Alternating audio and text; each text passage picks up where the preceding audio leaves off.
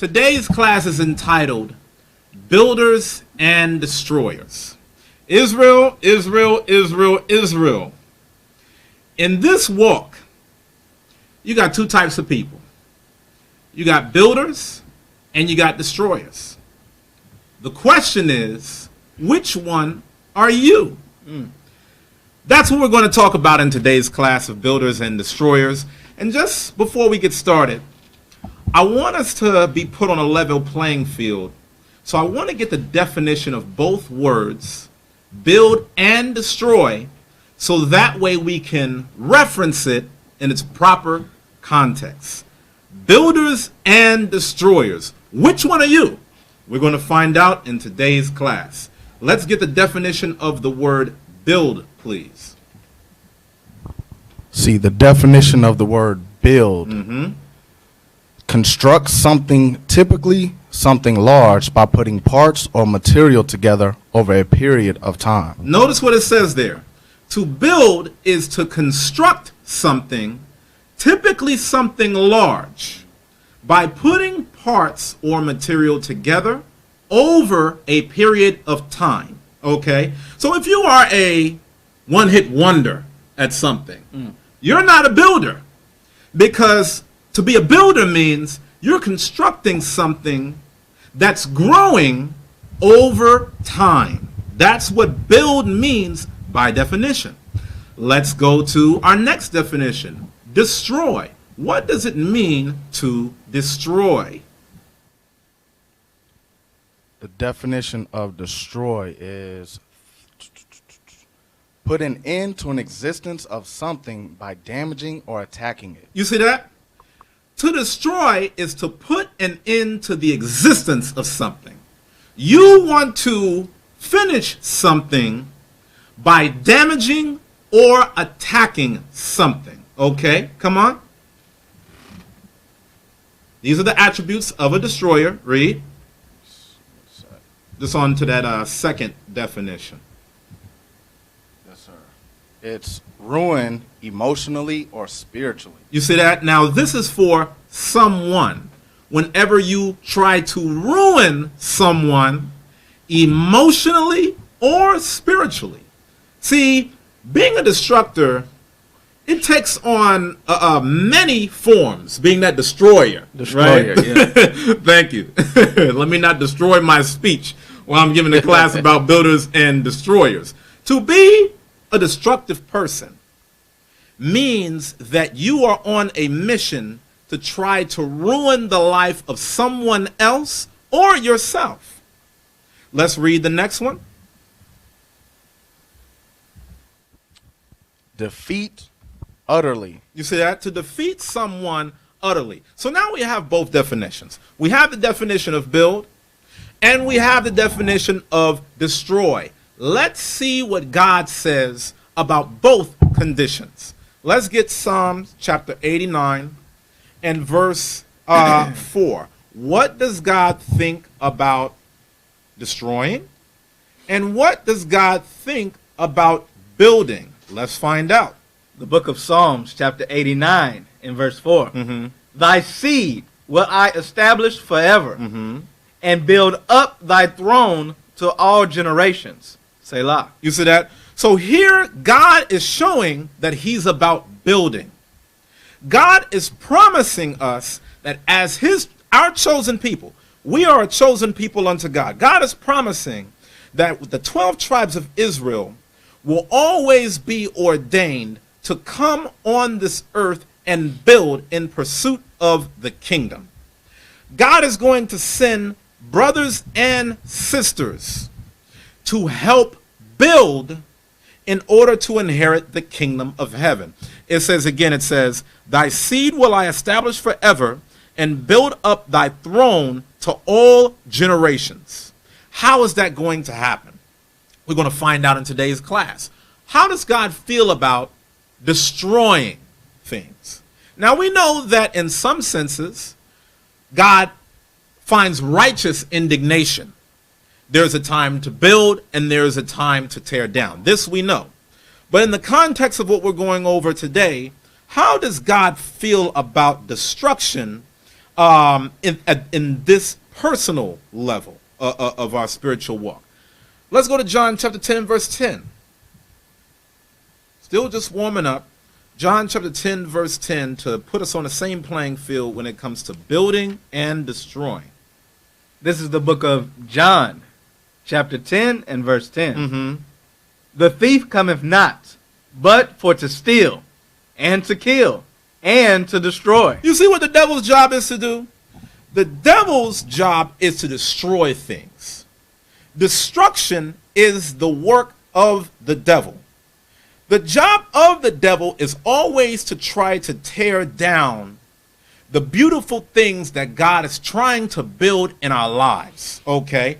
The devil works within us to create destructive habits, whether it's in our personal lives, whether it's in our marriages, whether it's in our careers, whether it's with our families. Satan is always trying to give you the opportunity to tear something down if you let it.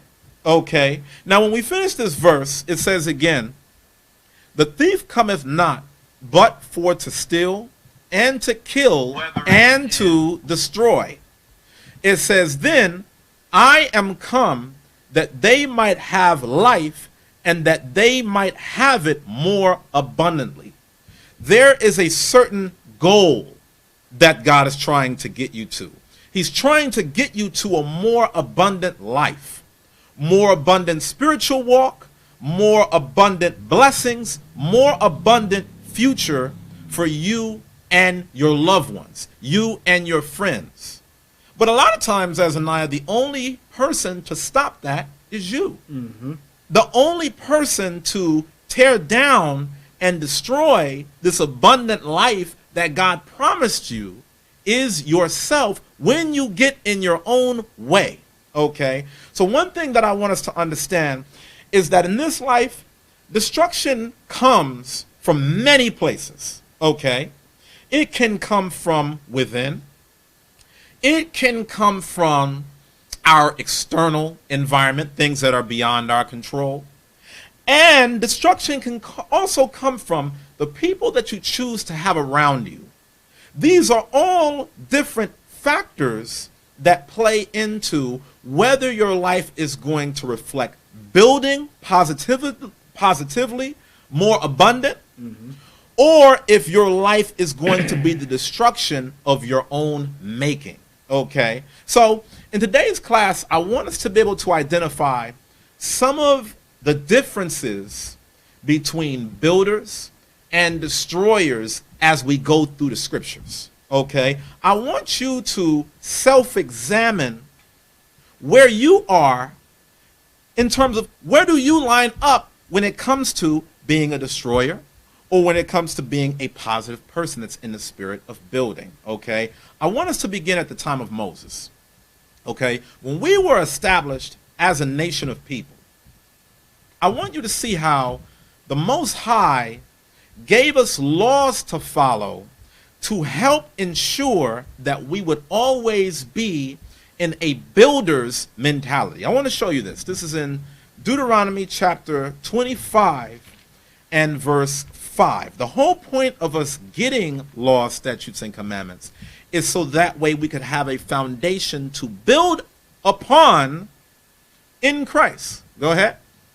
The book of Deuteronomy, chapter 25 and verse 5. Mm-hmm. If brethren dwell together, See? and one of them die. Okay, so now this is talking about two brothers. Okay? Two blood brothers. It says, if brethren dwell together and one of them die, read. And have no child. Come on. The wife of the dead shall not marry without unto a stranger. Okay, so let's say this, right? Let's say that Azaniah and I are blood brothers, right? He's single, I'm married, okay? Let's say that, God forbid, I pass away.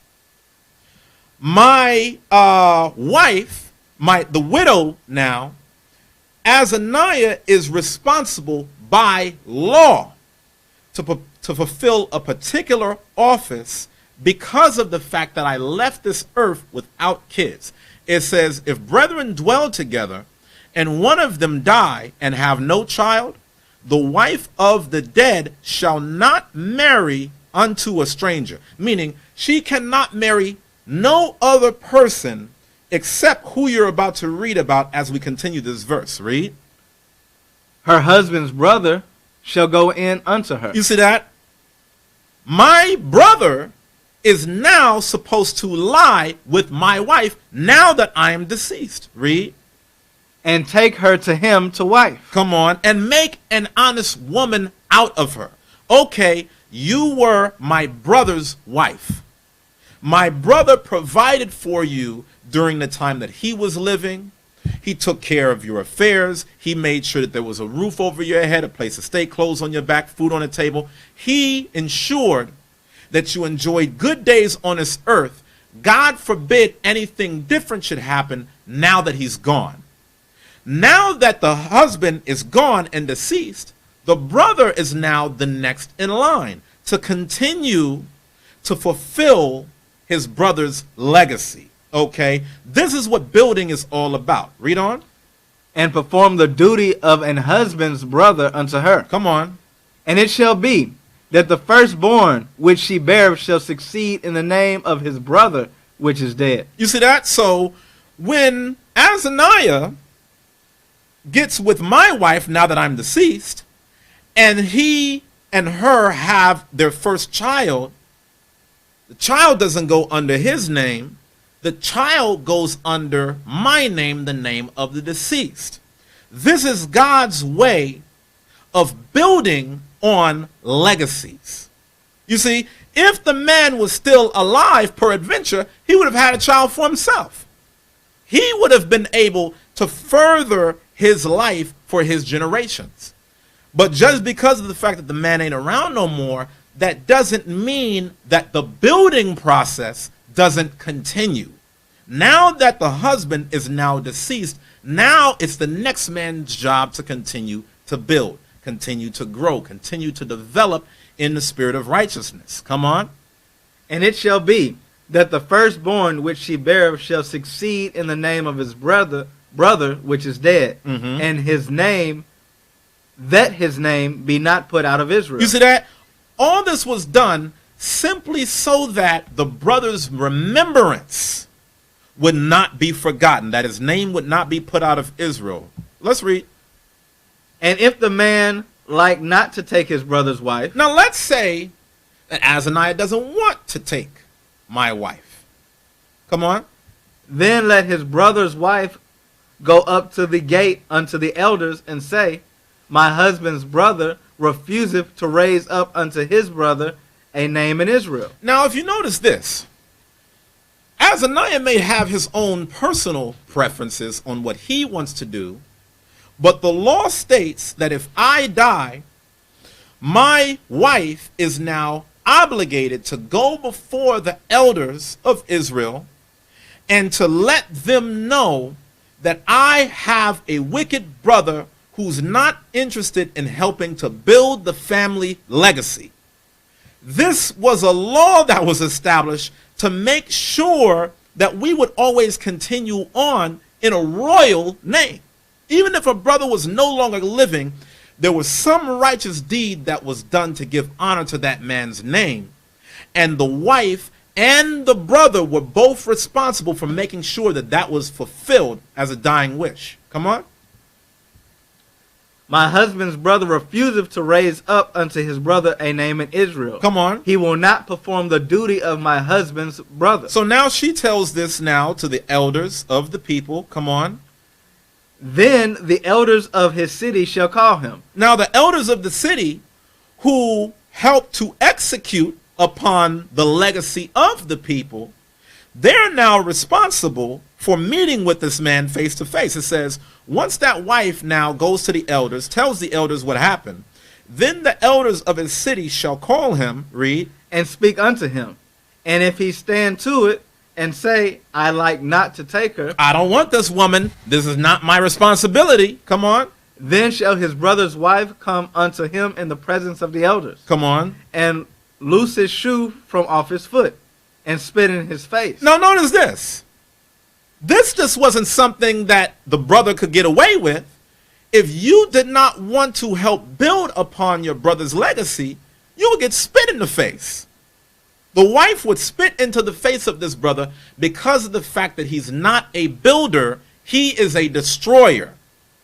He is obliterating the legacy that his beloved brother was supposed to have. This was a law that helped to make sure that we could continue to grow and prosper and dominate as a nation. These are things that in the present day, we've been estranged from these laws, but they were written for a reason. Go ahead. And shall answer and say, so it be done unto the man that will not build up his brother's house. Come on. And his name shall be called in Israel. You see that? So when it says his name shall be called in Israel, what verse are we looking at? Verse 10. Okay. So it says, and his name shall be called in Israel, what?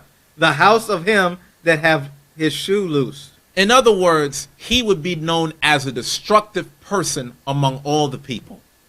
He would be called a destroyer simply because of the fact that he was not willing to build upon the legacy of the brother in terms of the future that the brother was supposed to have for his wife and his kids. Now, the thing that's crazy about this is, at one point in our nation's history, being a destroyer was a great shame, like how it says in the law. Yeah. Everybody knew, okay, this person is a destroyer, and you would change yourself accordingly. But now, in this modern day, we just do whatever we want to do, live however we want to live. We are whoever we are as a people. And this is a big part of the reason why we're still in captivity today. Was it something you was going to say? Well, you kind of hit on it. In verse 10 is saying, and his name shall be called in Israel. Like, this was going to be your reputation. This was going to be the thing that you were known for, that was going to basically be a shadow on your back for the rest of your time. That should be embarrassing. Right. That should be something you should be ashamed of. Right. But a lot of people in that destructive mindset now, there's no shame in it. Absolutely. Right. Because it's about me, myself, and I. Or we are not legacy oriented. We're not building oriented. So with that being said, in the spirit of building, write this down, brothers and sisters. Write this in your notes. Builder mentality number 1. Builders are selfless. They put the mission beyond themselves. We're going to spend the rest of this class talking about the attributes of builders versus that of destroyers. Builders are selfless people that are always willing to put the mission beyond themselves. Because here's the thing that you got to ask yourself, Azaniah. What if the brother had another sister in mind? Let's say this brother, for the past 3 or 4 years, had really been eyeing another sister. He might have already had his eyes set on another woman. That didn't stop this law from going out. Just because he had his own preferences, it didn't mean that the brother was not commanded to help build a legacy. Now, here's what you got to also think about, right? So here it is, 2 blood brothers. One brother's married. He doesn't have kids. Who's to say, Azaniah, that the blood brother liked the brother's wife just like the brother did? So one brother could have loved the wife. The other brother might not have been your cup of tea. But there's nowhere in the law where it says, oh, okay, well, if you don't feel like it, then I guess it is what it is. You know, that's why Christ had to make comments like, not my will, but thy will be done. Right. Because he had to let it be known that it's not a selfless act in the actions that I'm making. I have a mission that I'm supposed to fulfill that's already been dictated for me, and I'm going to do what that mission states. Right. I mean, these are selfless acts to benefit the nation. We're reading about a selfless act, not about what you want. Also, that way, your people can continue to prosper within this nation, okay?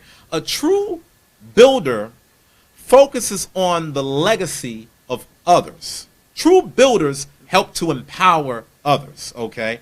And you're going to see that again in the next example. Let's go to 1 Chronicles, the 28th chapter. 1 Chronicles, chapter 28. And we're going to start at verse 1. Oftentimes, the building process of a legacy comes through family, okay? 1 Chronicles, chapter 28 and verse 1. 1 Chronicles chapter 28 and verse 1. And David assembled all the princes of Israel, the princes of the tribes, and the captains of the companies that ministered to the kings by course, and the captains over the thousands, and the captains over the hundreds, and the stewards over all the substance and possession of the king, and of his sons, with the officers, and with the mighty men, and with all the valiant men unto Jerusalem. Then David the king stood up upon his feet, and said, Hear me, my brethren, my people, and my people. As for me, I had in mine heart to build an house of the rest of the ark of the covenant of the Lord, and for the footstool of our God, and made ready for the building. Now notice this.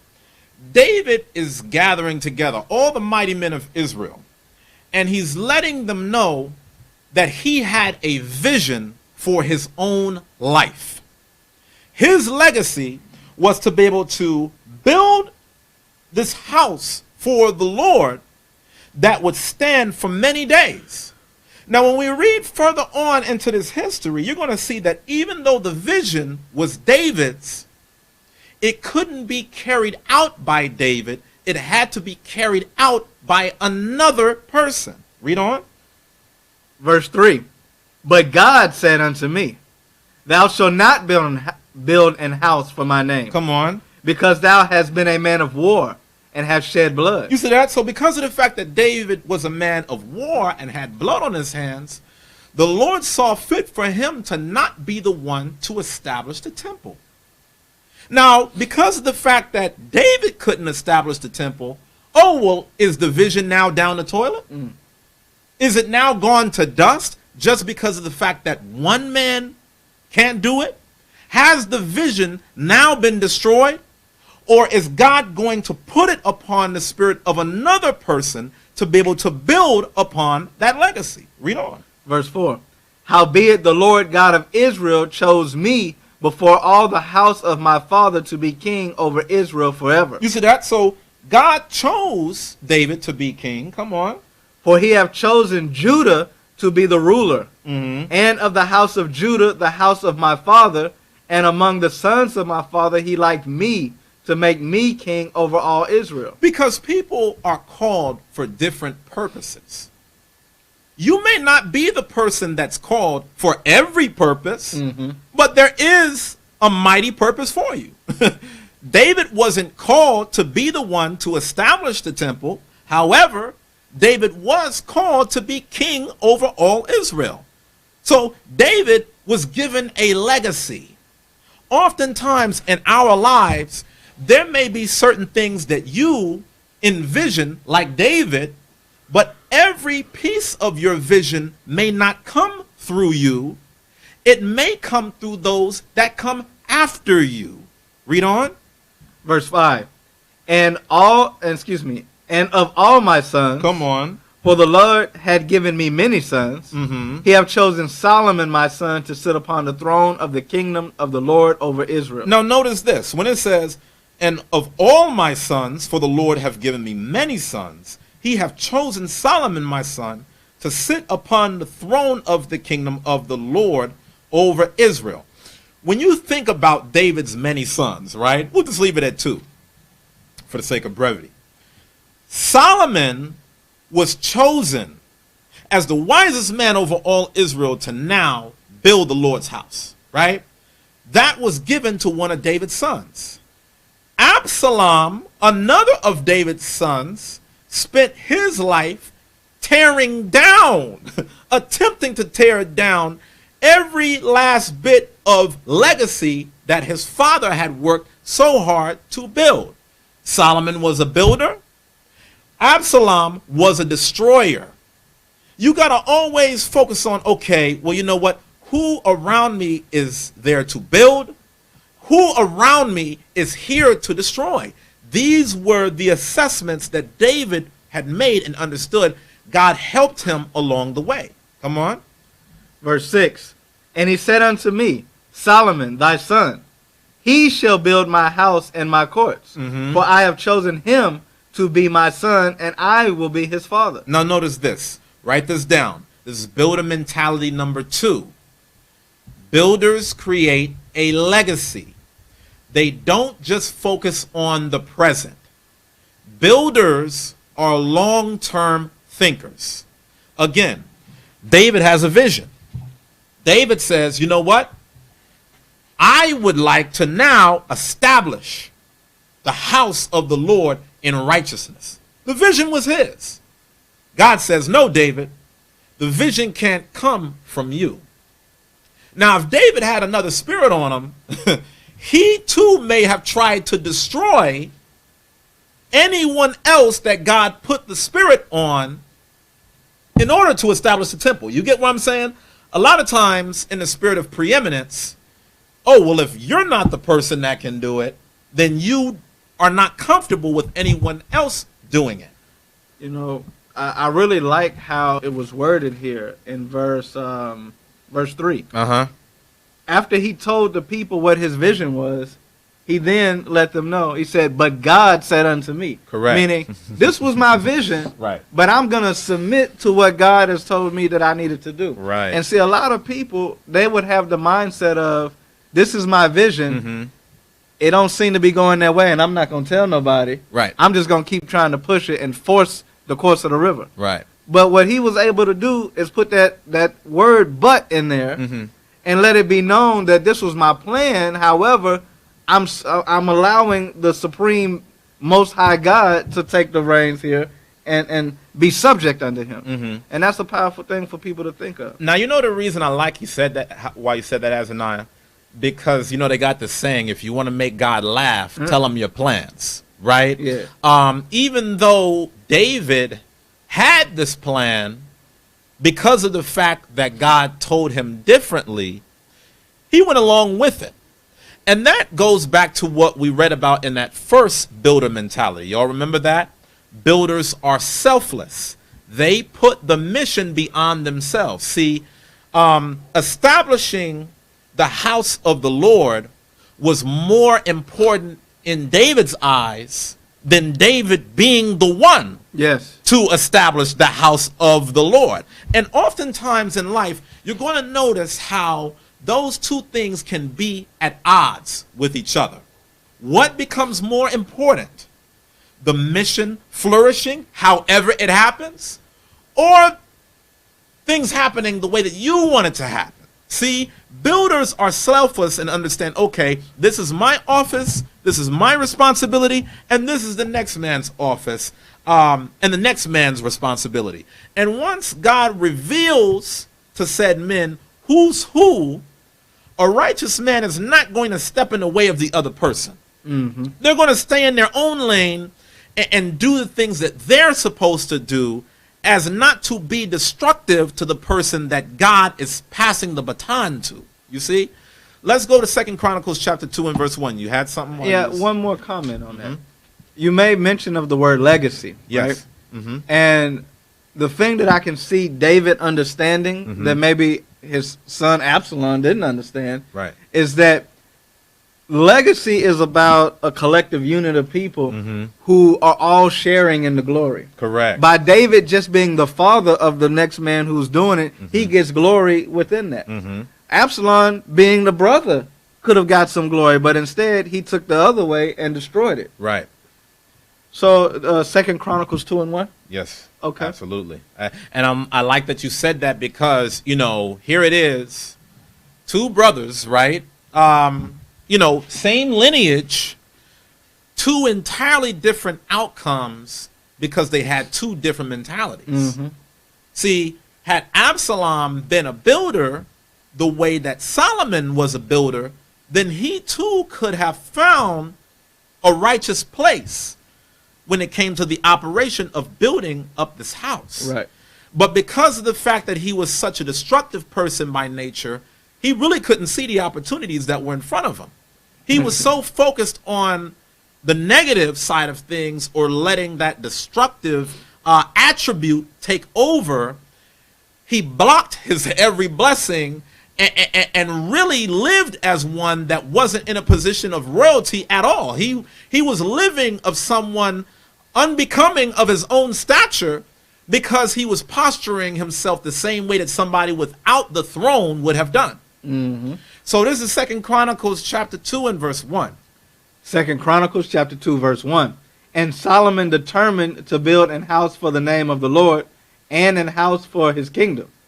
And Solomon told out 70,000 men to bear burdens, and 80,000 to hew in the mountain. Come on. And 3,600 to oversee them. Now, when it says in the first verse, Solomon determined to build an house for the name of the Lord, that means Solomon began to make preparations. Write this down. This is builder mentality number 3. Builders make preparation. They don't go through life just doing things without a plan. Okay, real quick, let's hold that. Luke chapter 14 and verse 28 real quick. You know, they got a saying in the world, Azaniah, that says, proper preparation prevents poor performance. Mm-hmm. When it came time to establishing the house, Solomon didn't just wing how to establish the Lord's home, God forbid. He didn't have it just sitting up all sloppy and, oh, okay, this part of the house is about to fall down and this part of the house got a gaping hole for the wind to come through. No, he actually made preparation for the work that was before him. And that is a large portion of the reason why Solomon was counted wise. Builders make preparation. These are forward-thinking people that don't just go through life without a plan. Luke chapter 14, verse 28 now. Luke chapter 14, verse 28. Come on. For which of you, intending to build a tower, sitteth not down first, Prepare. and counteth the cost, whether he have sufficient to finish it? You see that? So you have to have a financial plan behind the tower that you're going to build. You can't just say, okay, I'm going to build a tower. Oh, okay, well, cool, brother, you build a tower. Hey, brother, you started the tower yet? Oh, no, well, see, I didn't really think about this and I didn't think about that. Who's going to take you seriously? By you not having a plan to build the tower, you've destroyed your own vision. By you not thinking through how to be able to build the tower before you started, you have become your own worst enemy. Read on. Verse 29. Lest haply, after he have laid the foundation. So you got started on it like you told people you were going to do. Read. And is not able to finish it. Why? Because you didn't count the cost. You didn't take the time to plan things out to see if you could finish this. It says, less happily, after he laid the foundation and is not able to finish it, then what's going to happen? Read. All that behold it begin to mock him. You're going to be mocked for your destruction. Oh, look at him. He thought he was actually a builder, huh? He thought he was actually about to do something, huh? You got people hating on you from day one. But guess what? You now let the enemy win because you go through life without a plan.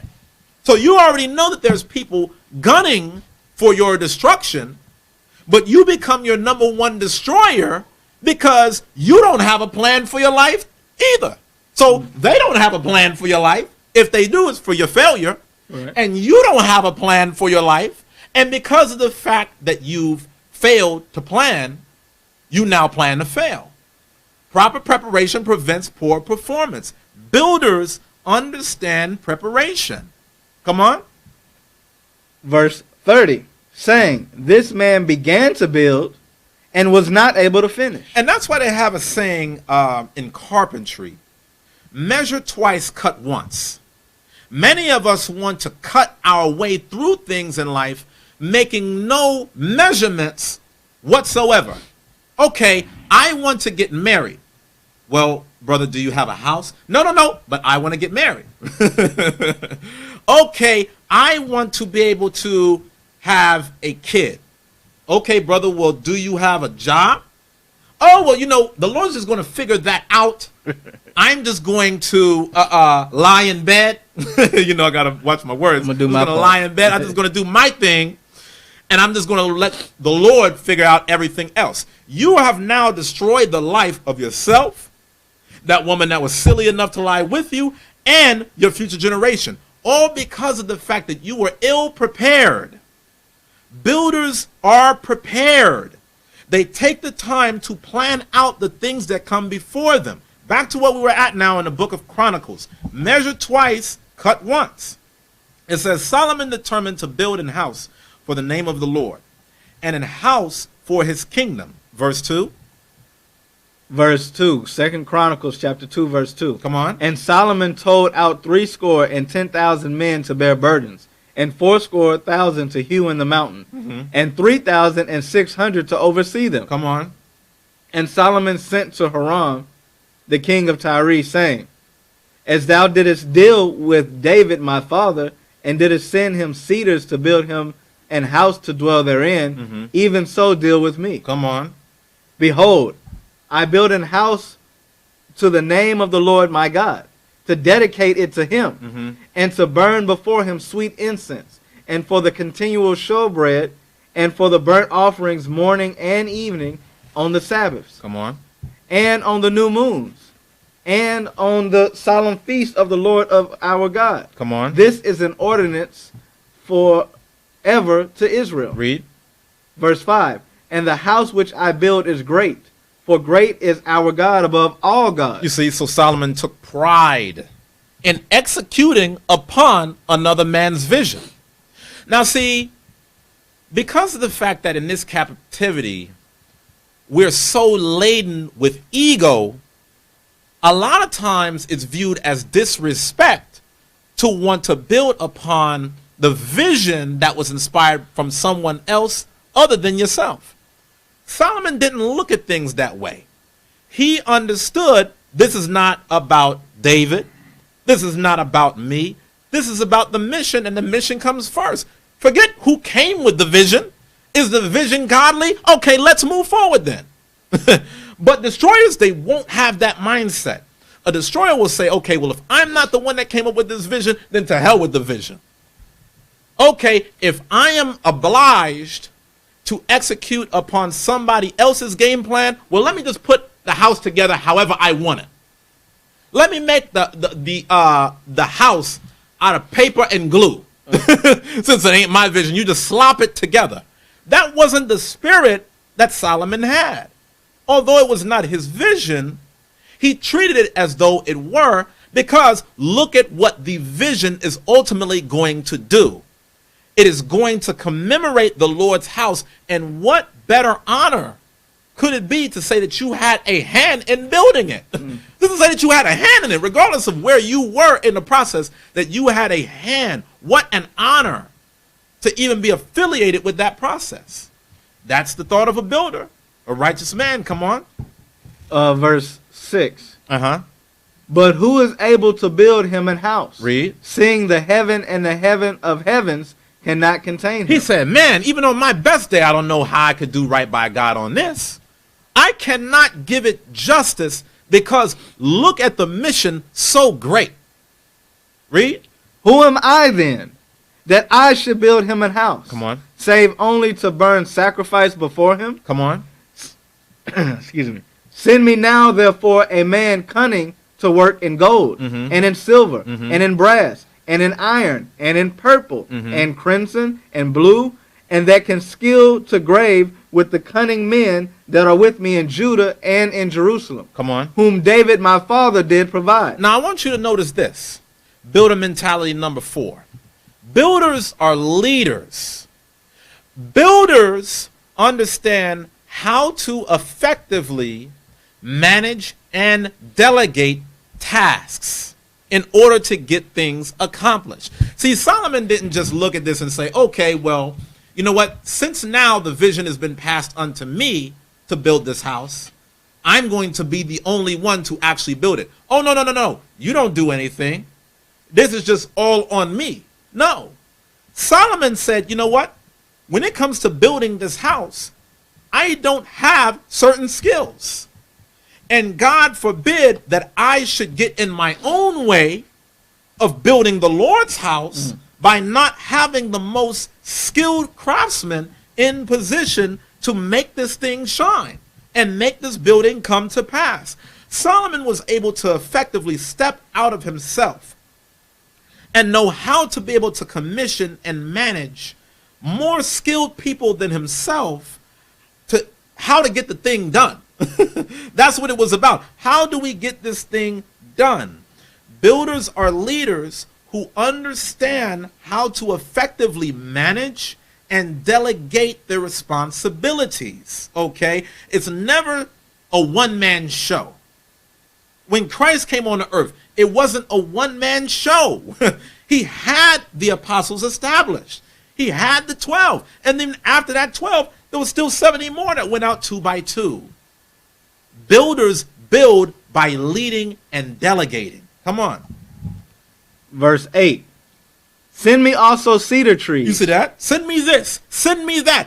Let me manage this. Let me manage that. This person is best for this. This person is best for that. This is what a builder will do. Read. Send me also cedar trees, fir trees, and algum trees out of Lebanon. For I know that thy servant can skill to cut the timber in Lebanon. Come on. And behold, my servant shall be with thy servant. Come on. Even to prepare me timber in abundance. For the house which I am about to build shall be wonderful great. You see that? They have something for this in the modern day in terms of what they call what you're reading. This is known as project management.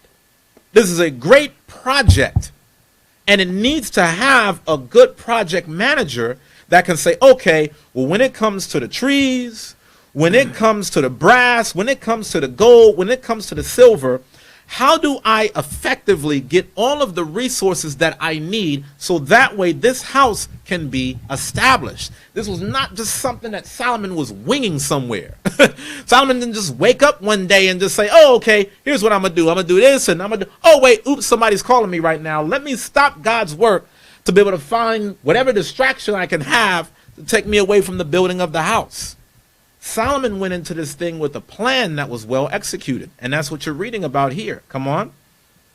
Verse 10. Verse 10. And behold, I will give to thy servants the hewers that cut timber, 20,000 measures of beaten wheat, and 20,000 measures of barley, and 20,000 baths of wine, and 20,000 baths of oil. Come on. Then Hiram, the king of Tyre, answered in writing, which he sent to Solomon, because the Lord have loved his people, he have made thee king over them. Hiram said moreover, blessed be the Lord God of Israel, that had made heaven and earth, who have given to David the king a wise son, endued with prudence and understanding, that might build an house for the Lord and an house for his kingdom. And now I have sent a cunning man endued with understanding of Hiram my father's. Okay, now real quick, read verse 17. Verse 17. And Solomon numbered all the strangers that were in the land of Israel, after the numbering wherewith David his father had numbered them. And they found 150,000 and 3,600. So do you understand what's being said right here? When it says, and Solomon numbered all the strangers that were in the land of Israel, after the numbering wherewith David his father had numbered them. And they were found 150,000 and 3,600. Okay, Solomon had so much wisdom and was so skilled that he knew how to be able to number almost an innumerable amount of people. We're not just talking about, okay, a dozen people. We're talking about a man that actually went on a mission to be able to build the temple of God, and in the process had to number over 100,000 people in order to be able to put things in place, put things in motion. This is a person that operated effectively off of a plan. Now let's go back to verse. You had something? Yeah. What verse were you going to go back to? I was going to go back to verse 12. Okay, yeah, I wanted to say to verse 17 as well as verse 10, when you're looking at all of the things that Solomon is providing. Right.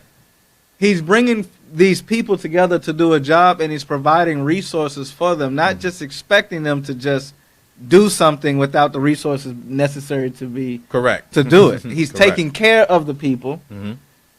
And that's an important thing to really consider when you're building something. You're not just going to take. Right. You also got to be able to give so that you can keep it going for the long haul. Correct. And I'm sorry, real quick. See, when it came to Solomon knowing how to be able to manage and delegate to others, he had to have enough sense on how things were supposed to go at a general level to ensure that the house was being built properly. You see, a lot of times, brothers think that effective leadership in this truth is just, I know a scripture and I can quote a scripture. But Solomon was chosen to do a census of over 100,000 people. That requires skills. That requires you to be able to analyze and assess. You got to be able to understand numbers. You have to understand statistics.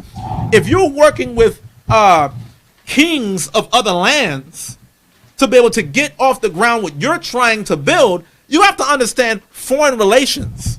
You have to know how to be able to communicate. You have to be able to know how to network. You have to be able to know how to work with other people as a team player in order to do the things that you're trying to do. You can only do those things as a builder. A builder is not a one-trick pony. A builder is not a brother that just reads a scripture, runs to the moon with it, and says, look at me now, I'm Solomon. I'm sitting in Solomon's seat. You have to know how to be able to bring all of the skills that God has given you into fruition in order to do the Father's business. Because of the fact that we lack the ability to go out and communicate and network and dialogue with the other nations or those that have the resources that we want in life, that means we're destroying ourselves. You're right. Because if I need something in life and I don't have it, but I don't try to apply myself to get it from the other person, that doesn't fall on the other person. That falls on me. In that instance, I become my own destroyer. You know, as rich as Solomon was financially, his father passed down another form of wealth with this. This is called social capital. You know, I was listening to one of your favorite people, Eric Thomas, in a podcast, and they went into that where he was talking about leaving a legacy for his children, but if you don't pass down the social capital in which you can teach your children who to go to, who to learn from, who are the people that helped me get where I'm going and can help you, then you're ending up tearing down your kingdom over a period of time. Right. And so by having this relationship with the king of Tyre and Solomon knowing to go and further that relationship, that's what really established the kingdom. Right. That's a heavy point, because it's not just about building something physically. You're building socially. You're building economically. You're building on all levels, because if one of those elements is missing, it can stop the house from being built, you know, literally and figuratively. So I want us to look at verse 12 real quick. I want you to read this again, Azaniah. This is a heavy point here. Verse 12. Hiram said, moreover, blessed be the Lord God of Israel, that made heaven and earth. Come on. Who have given to David the king a wise son. Now notice what Hiram is saying here. Blessed be the Lord God of Israel. Man, this guy is deep. It says, the Lord God of Israel made heaven and earth, who have given to David the king a wise son. Read. Endued with prudence and understanding, that might build an house for the Lord and an house for his kingdom. Now, when you look at that, right? When you look at that, I've got to read that again, because I really want to get something heavy out of this. It says, go ahead.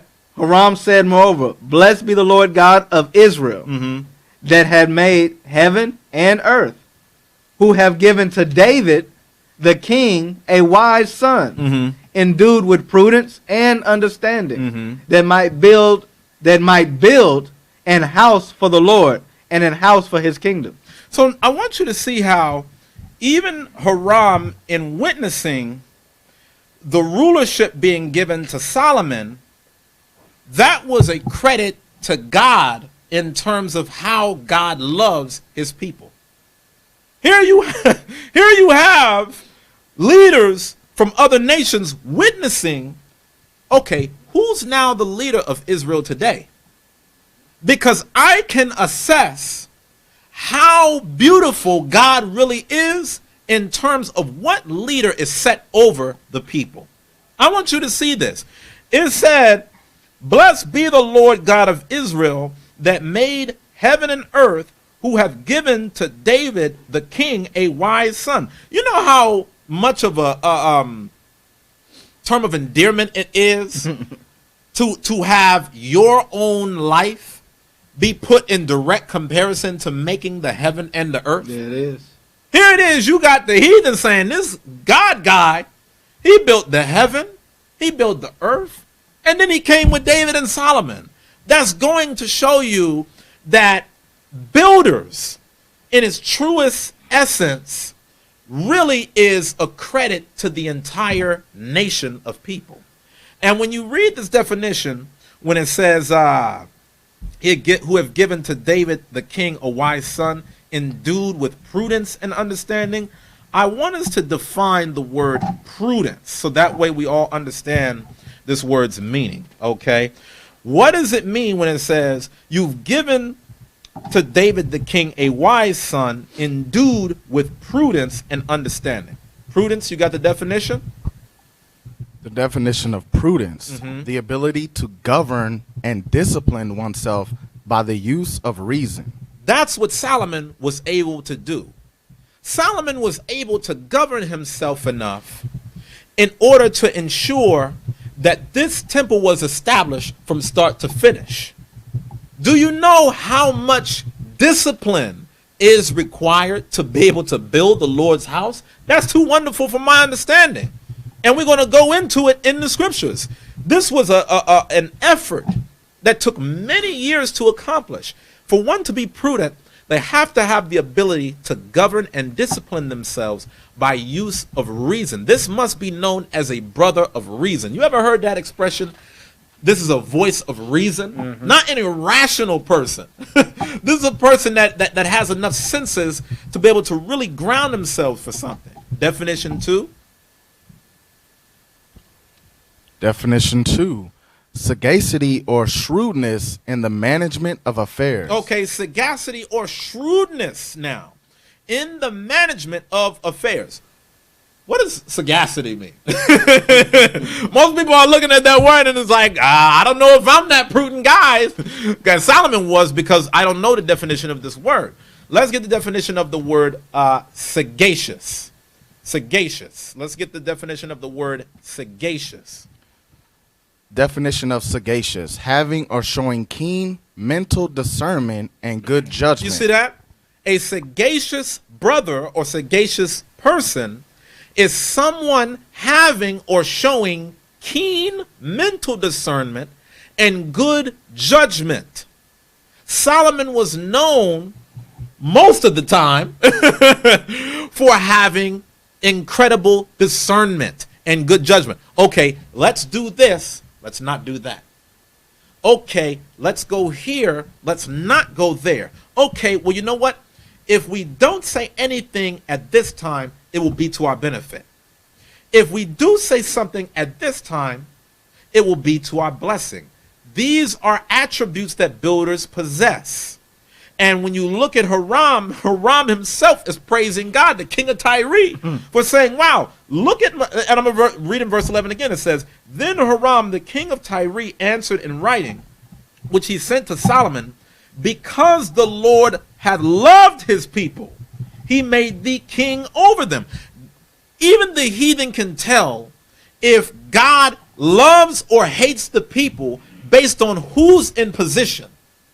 If the Lord loves his people, he says, okay, I'm going to have now a brother with prudence and sagacity help push this thing forward. If I hate my people, I'm going to have a baboon ruling over you. These are things that you have to understand and know. Back to the definition of prudence now. What are the attributes of a prudent person? Prudence. Number 3, skill and good judgment in the use of resources. Just like Solomon was, as we were going over in these verses. Come on. This is another important aspect of prudence. Come on. Number 4, caution or circumspection as to danger or risk. You see that? This is a person that thinks before they speak. This is a person that measures twice and cuts once. This is a person that sits down and counts the cost of the tower before they build it. These are all the attributes of a builder with prudence. Deuteronomy 4 and 6. I got you. Appreciate it. Deuteronomy chapter 4 and verse 6.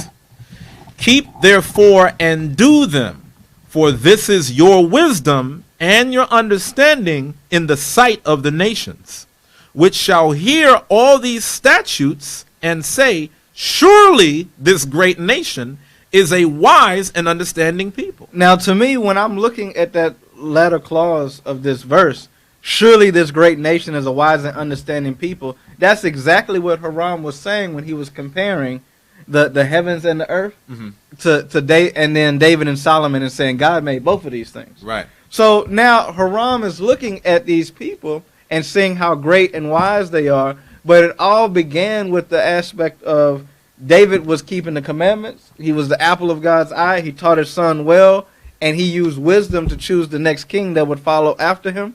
And then Solomon then took that and ran with it. Right.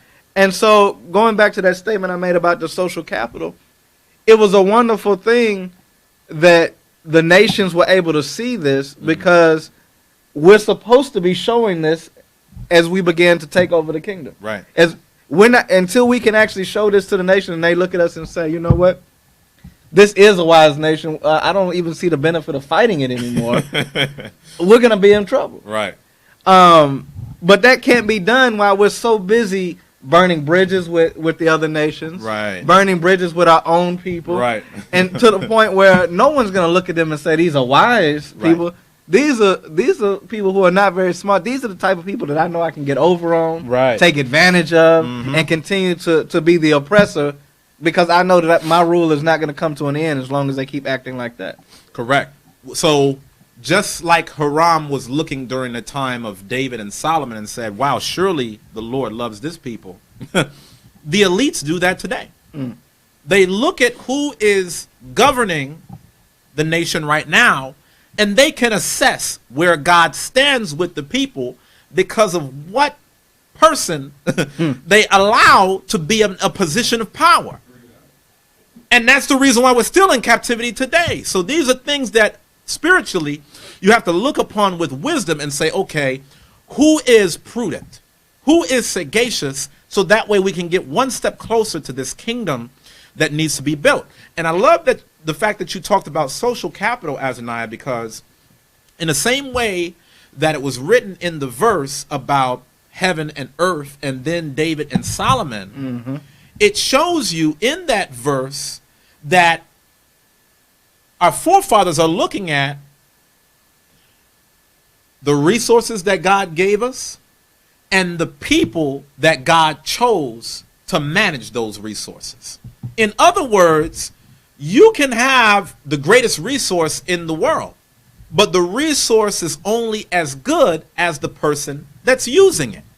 So if you put a resource into a builder's hand, when they touch it, it's going to turn to gold. But if you take the greatest resource in the earth, I mean, look at the earth right now. You know, they got all this talk about things like global warming and, you know, pollution, the Amazon wildfires being inflamed.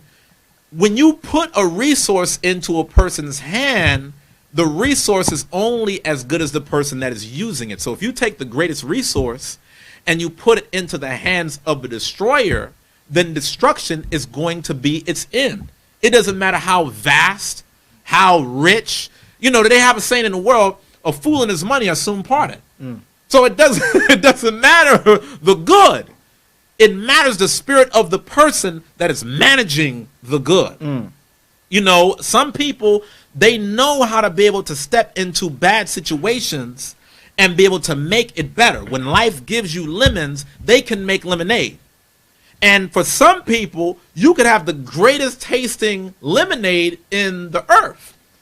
But somehow, at the end of it, that lemonade now tastes like urine because of the person that is over the person who's controlling the goods. You see what I'm saying? I'm trying to keep my words down a certain pipeline, but it's about destroying and building. Right. These are things that we have to examine as a people. Let's get Sirach chapter 1 and verse 19. I know I'm going to hear about it after. Oh, Uzziah, why did you give me such a mental picture? Oh, my God.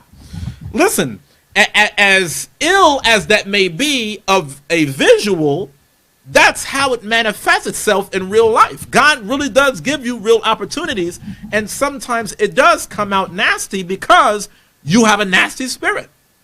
You have a destructive personality, and it doesn't go as far as it possibly could if we were in more of a builder's type fashion. Ecclesiasticus chapter 1 and verse 19. This is Sirach in the Apocrypha, chapter 1, verse 19. Come on. Wisdom raineth down skill and knowledge of understanding. You see that? That goes with that prudence and that understanding that Hiram was talking about back in Chronicles. The scripture says, wisdom reigneth down skill and knowledge of understanding. This is what falls in line with prudence, because remember how it says in Proverbs, I, wisdom, dwell with prudence. These are spirits that must go hand in hand. So if you have somebody that says that they're wise, but they're not prudent in nature, they're not wise. You know, if you have someone that is prudent as a person, wisdom is more inclined to follow after it. Wisdom reigneth down skill and knowledge of understanding. Read. And exalteth them to honor that hold her fast. You see that? That's why Solomon was chosen to establish the Lord's house, because he was in the midst of applying this verse. Not Absalom.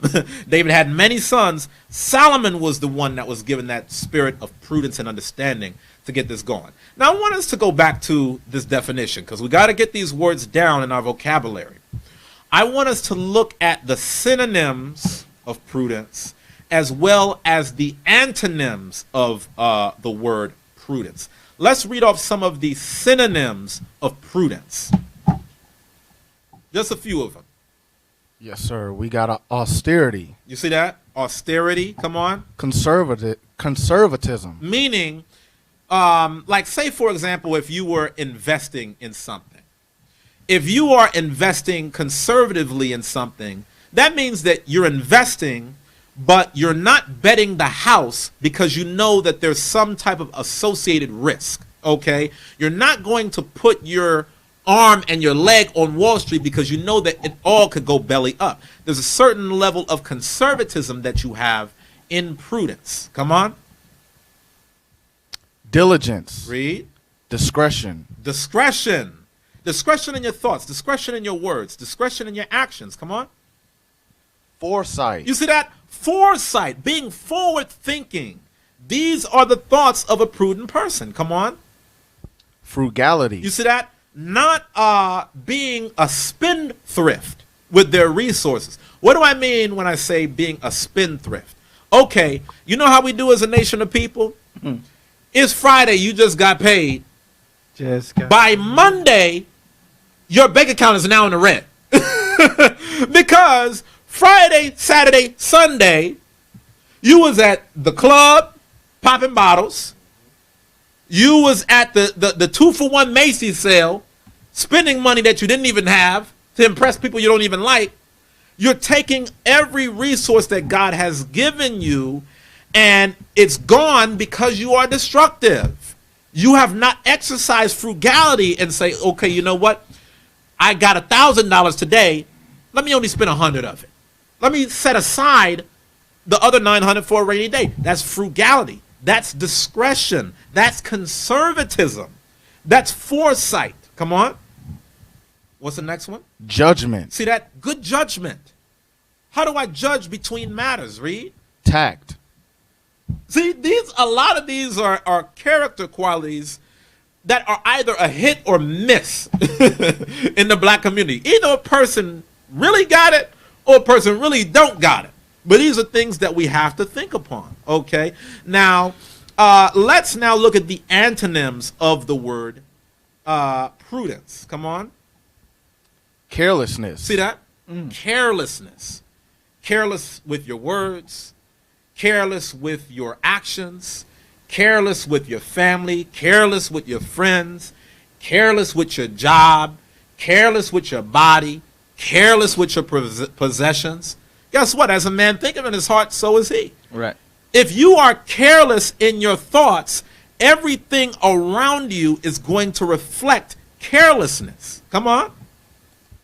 Ignorance. See that? Ignorance. Being comfortable in your ignorance. Not knowing better. Come on. Indiscretion. Having no discretion on, well, you know what? Is this something that I should do right now?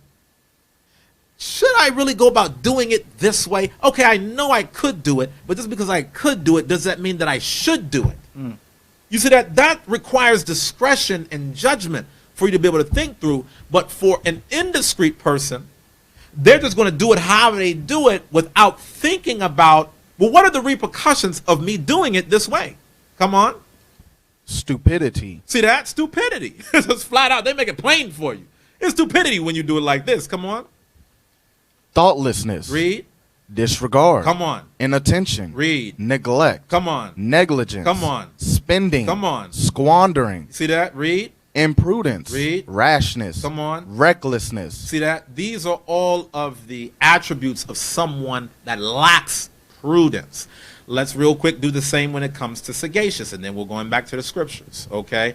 I'm trying to give you the depths of this because I'm trying to be able to help you understand that really King Hiram of Tyre, he had a lot to say about David and Solomon in few words.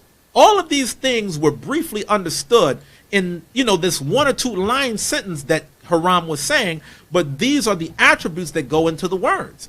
What about sagacious? To be sagacious, what does that mean? Come on. Synonyms for sagacious. Acute. Apt. Astucious. Astute. Cagey. Canny. Clear-sighted. You see? Come on. Clever. Cool. Discerning. Farsighted. Discriminating. You see that? These are all attributes that goes with sagacious. Are there any antonyms? There are a few. Careless. Foolish. Ignorant. And stupid. See that? We ought not to display these things. Not if we're trying to pattern ourselves after righteous men. Again, Tyre, the king of Tyre, Hiram. Here it is, he's dealing in a whole other nation, and he understood God operates with certain people. When it comes to other types of people, it doesn't mean that it's the end of the world, but these are skills that you either want to develop or you would want to honor in those that have them, so that way you can learn from them rather than trying to destroy them and tear them down. Okay? One thing that we're going to look at is oftentimes with us as a people, for every skill and quality that we lack, we often try to tear down the next person because they have it. We often try to create narratives in our lives where we say, well, because of the fact that I don't have this gift, I'm going to do my best job to try to destroy this other person because they have that gift and I don't want them to have it. So I have to paint a picture in the eyes of the masses as though that attribute that I lack is not a good skill to have. This is what the characteristic is of destroyers, and we're going to look at that in this class. Okay, so again, certain leaders are going to be sent if the Lord loves his people. And you notice how Hiram says, okay, I can tell Solomon that the Lord loves Israel because he sent someone that's wise and understanding, that's prudent and understanding. I can tell based upon those attributes alone. Notice how Hiram didn't say, oh, well, you know what? I can tell that the Lord loves you, Israel, because he's put over you somebody that has the biggest opinion. He's put over you someone that is a court jester.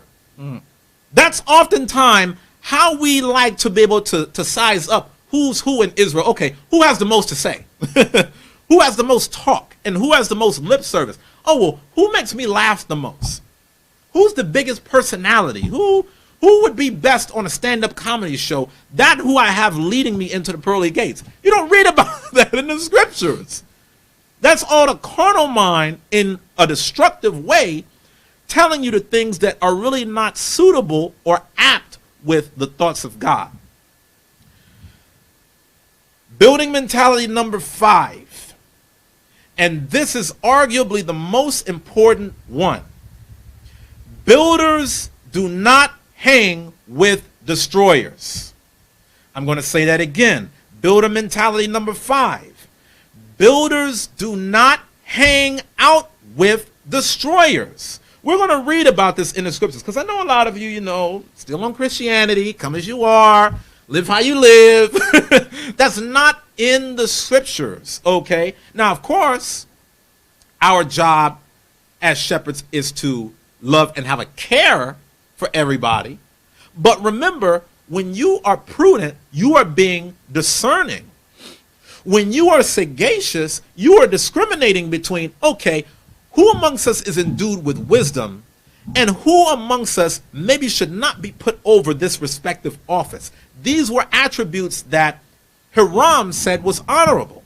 All right. So now that we read in Proverbs 22, notice how Solomon says this. Okay. Again, wisdom, the wisest man in all the earth prior to Christ is telling you something. Might be good to take notes. Proverbs chapter 22 and verse 29.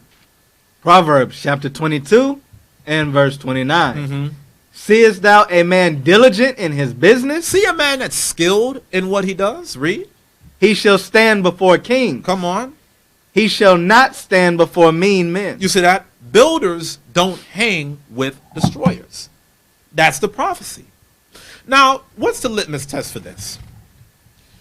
Joseph was diligent in his business. Would you agree? I would agree. Very wise man. He stood next to Pharaoh, who was king of Egypt. That's right. A literal king. He was going to stand amongst kings, right? David was noted by Hiram as being a wise man that was filled with prudence. David was wise, wouldn't you agree? I'd agree. David was chosen to stand before Saul when Saul was righteous.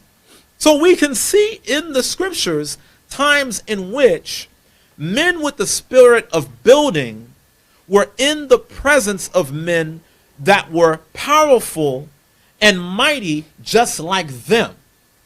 You don't read times in which some of the greatest builders on the face of the earth wanted to be around some of the most slothful people on the face of the earth all day. Now, you might have passed them in passing. You might have exchanged a conversation. But there's a reason why the scripture says, seest thou a man diligent in his business? Meaning, if you physically see this type of a person that's at the top of their game, more than likely, you're going to see this person standing beside another builder when you see them. Right. You are not going to see this person when you see them around a destroyer. What's that wise saying from the world? Show me your 5 friends. There we go. Go ahead and hit that one for me. There we go. They got a saying in life. Tell me who your 5 closest friends are, and I will tell you who you are. Mm-hmm. And here's the problem. All of us want to be builders, right? But sometimes in our lives, we allow ourselves to get right next to a destroyer. You are not discriminate or discreet about who you allow in your social space. So quite naturally, if your 5 closest friends, the 5 closest people to you are destroyers, you're going to be the 6th. Don't expect to hang around 5 destroyers. You give them all your time, your energy, your entire day, and then wonder why others see you as destructive as a person. It may not be you yourself that is a destroyer, a destructive person yet. But the habits of destructive people are now rubbing off on you. Show me who your 5 closest friends are, and I'm going to show you who you are. That's the reason why Solomon said, if you see a man as diligent in his business, he's going to stand amongst kings. Why? Because he has enough prudence to understand, if I'm not among the wise and discerning, I'm going to be a mean man, just like the person I used to be. I'm going to revert back to my old ways based upon who I have in my association. See, I don't know about y'all, but I could tell you for myself personally, growing up in South Central Los Angeles, my mom used to always tell me when I was growing up as Anaya, don't get too caught up with your friends. I used to want to go out all type of day and all types of night. You know how your parents would tell you to be in before the street lights is on? I would be up and down the street playing football, tag. We had a game in LA called Drive-By, where if the car drove down the street, you hurry up and jump over a fence to see if you could stop from getting hit with the drive-by. You would play all of these games with your friends. And I would come in the house, and I'd be telling my mom all about my friends. Oh, man, mom, friend such and such, man. This dude's so cool.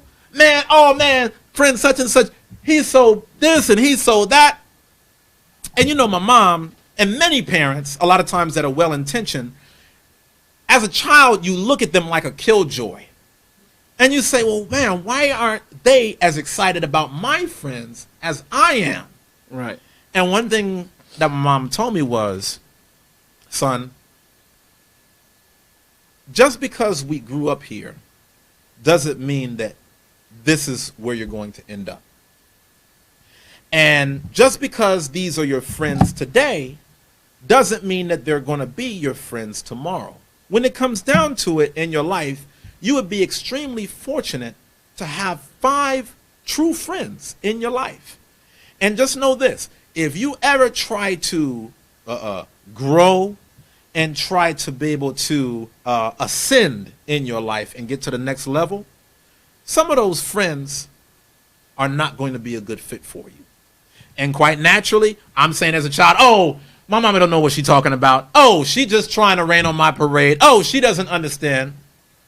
And then I went to college. And I realized in going to college that I had to live a different lifestyle in order to graduate from college that a lot of my boys from the block couldn't understand.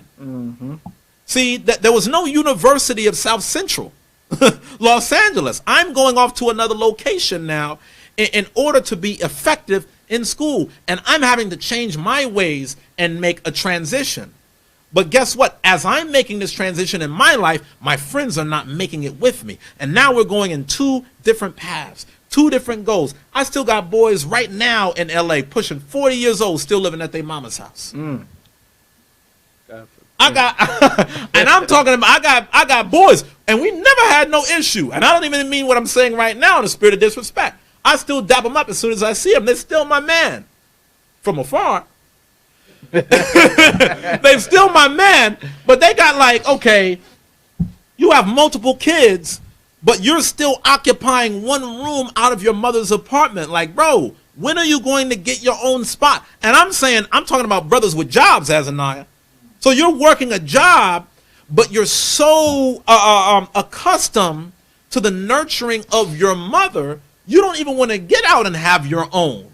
You still want to be breastfed by your mother in a figurative sense to where you cannot stand on your own 2 feet.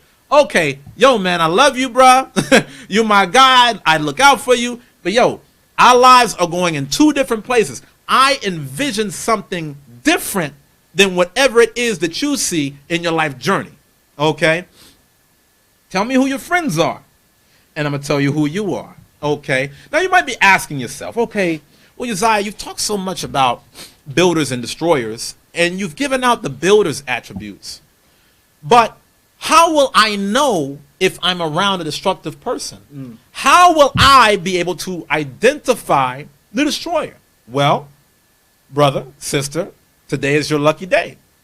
Because today, we're going to go over the 10 types of destroyers. Okay?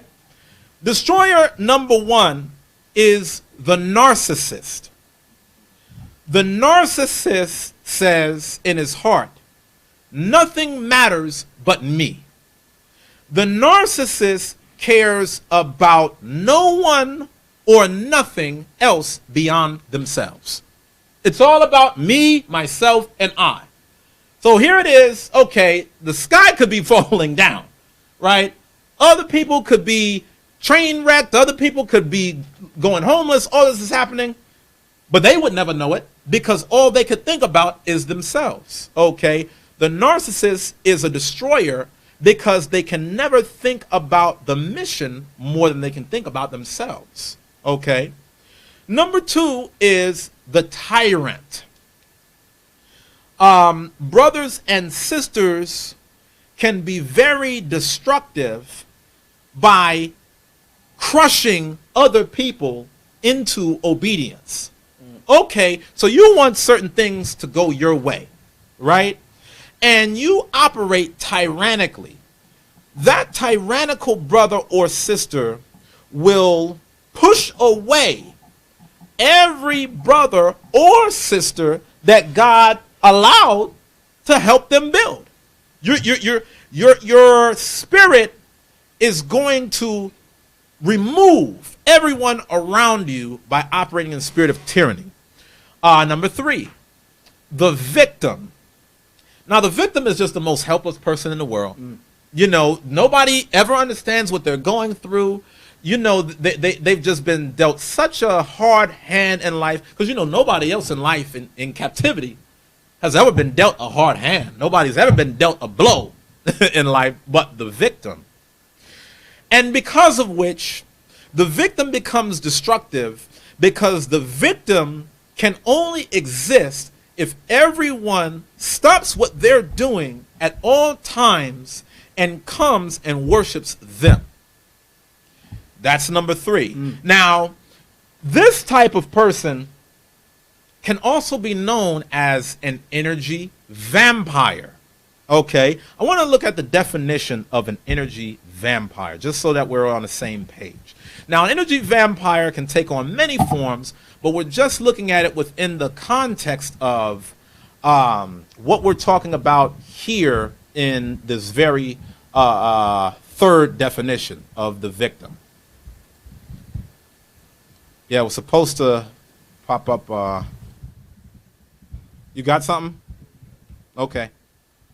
Energy vampires are people who sometimes intentionally drain your emotional energy. You see that? Notice what it said right there, Azaniah. Energy vampires are people that will what?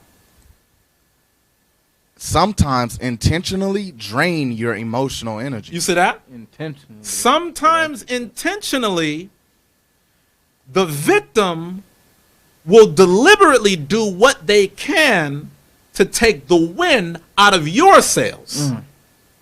So here it is. I'm miserable in life. I suspect that you're happy. I'm going to do everything in my power for you to be unhappy too, so that you can share the same misery as me. You know, I was thinking about this song where a wise man said it over a song. He said, I want you here with me to witness while you're in misery. I hate you, but I love you. What a thug mystery. Some people, you know, they don't want good for another person's life, almost to the point that they would want another person dead if they could help it.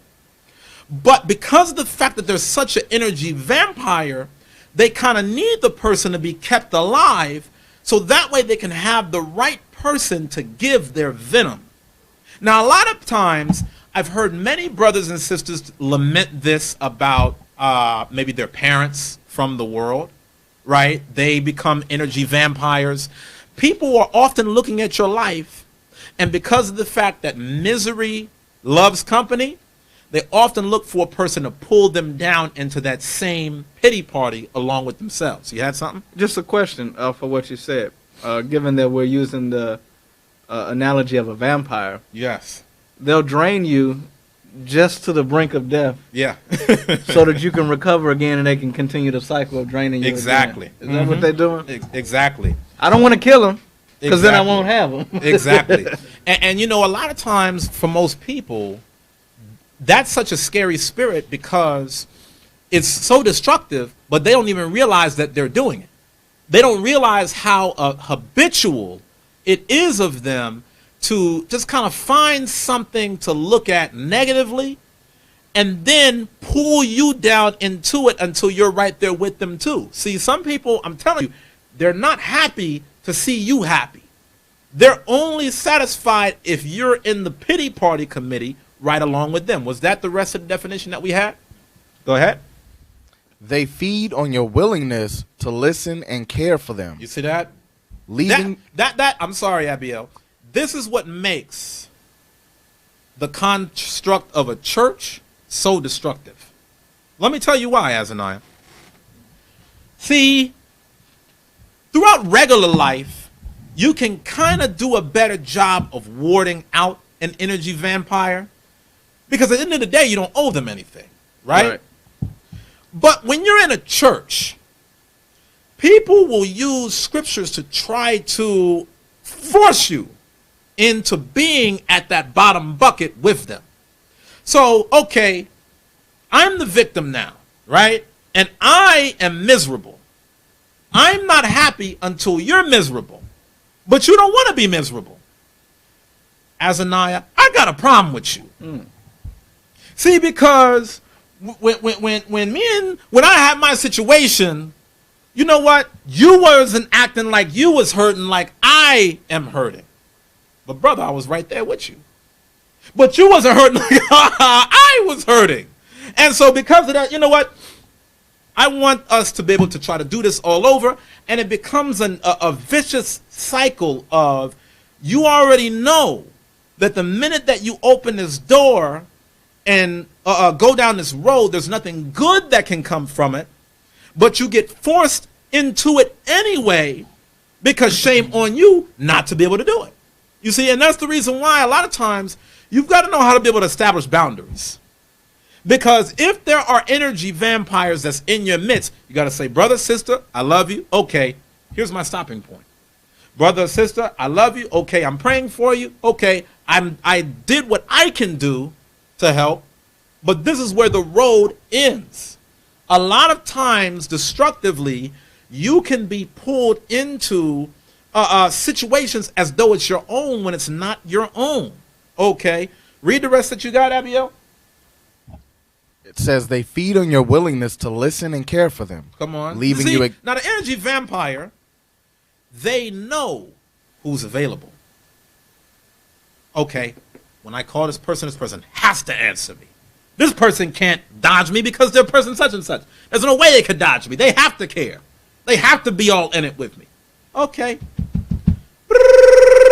I'm not getting off this phone until this person is hurting like me.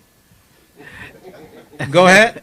Real quick. Yes, You know, your statement is heavy because even if you're not the destroyer, you're not the victim, the emotional vampire, you have to recognize that you're the person that is being preyed upon by that vampire. Mm-hmm.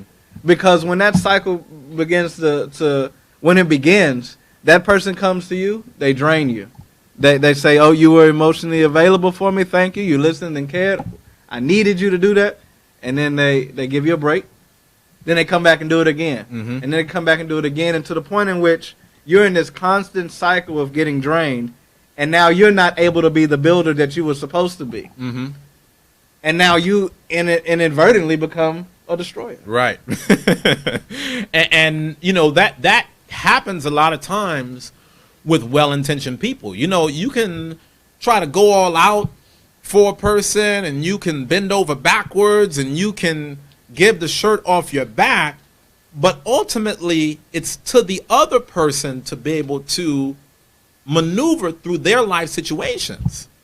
And a lot of times you end up so entangled into it that you end up more exhausted from their situation than them. You want to be careful with those types of situations. It says energy vampires are people who sometimes intentionally drain your emotional energy. They feed on your willingness to listen and care for them. Read. Leaving you exhausted and overwhelmed. Because that's how you end up. Your energy is zapped because of how much you put in to trying to be able to be there for another person. Come on.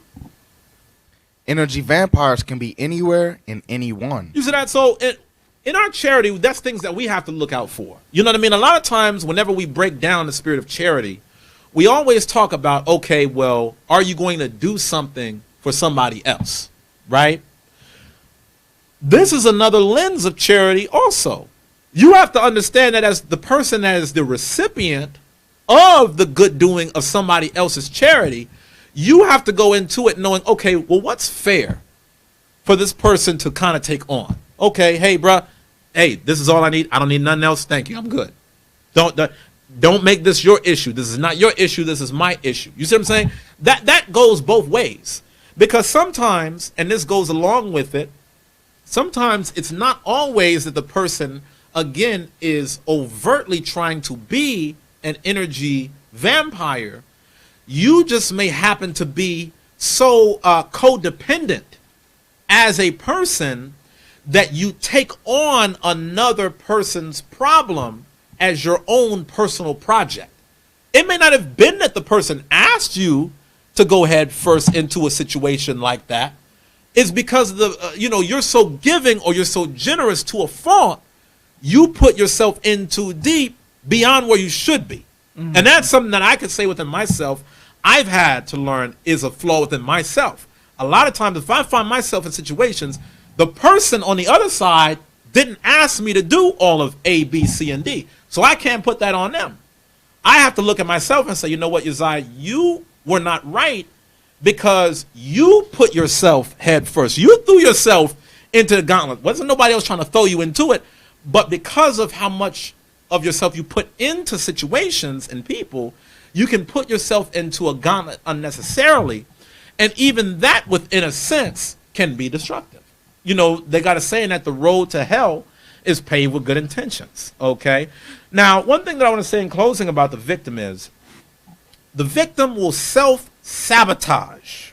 The victim, because of the fact that they take on a victim mentality in life in general, any success that comes their way or any opportunity for success that could possibly come their way, they will literally destroy it because they have a preoccupation with getting in their own way. Okay, so here's the opportunity. Listen, this is for you, Azaniah. It's got your name on it. Oh, well, you know, I don't want it because, see, you know, when people hand you drinks in life, people, you know, first they spit in your drink and, you know, they put in poison and people, bruh, the hell is wrong with you? I'm just giving you a cup. This is your cup. It is intended for you. This has not been tainted. It has not been polluted. This is for your possession. But it's not the cup or the substance that's within the cup that's the problem.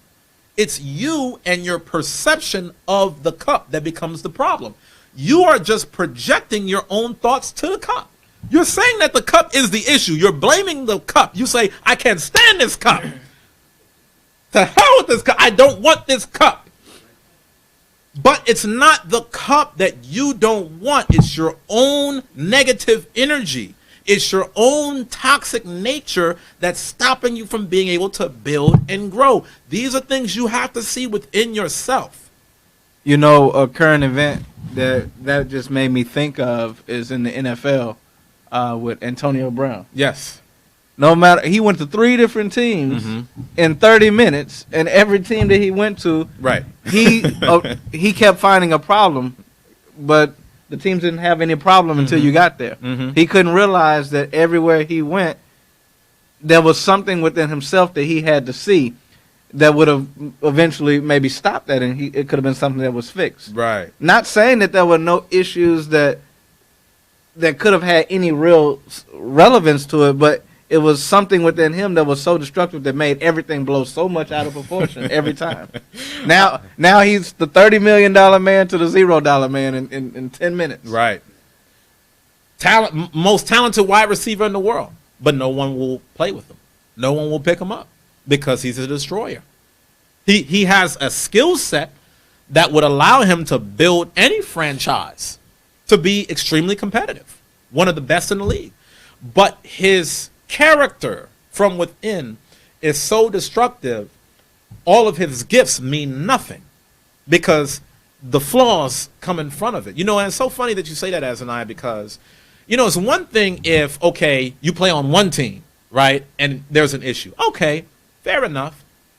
But then when you go to another team, and then another team and another team. No matter what team. And you cannot make it work on any team that you go on. Is the problem the team or is the problem you? Like, okay, say that you have an issue with a friend. And the friend tells you, okay, bro, what's up with this, man? This is kind of how you deal.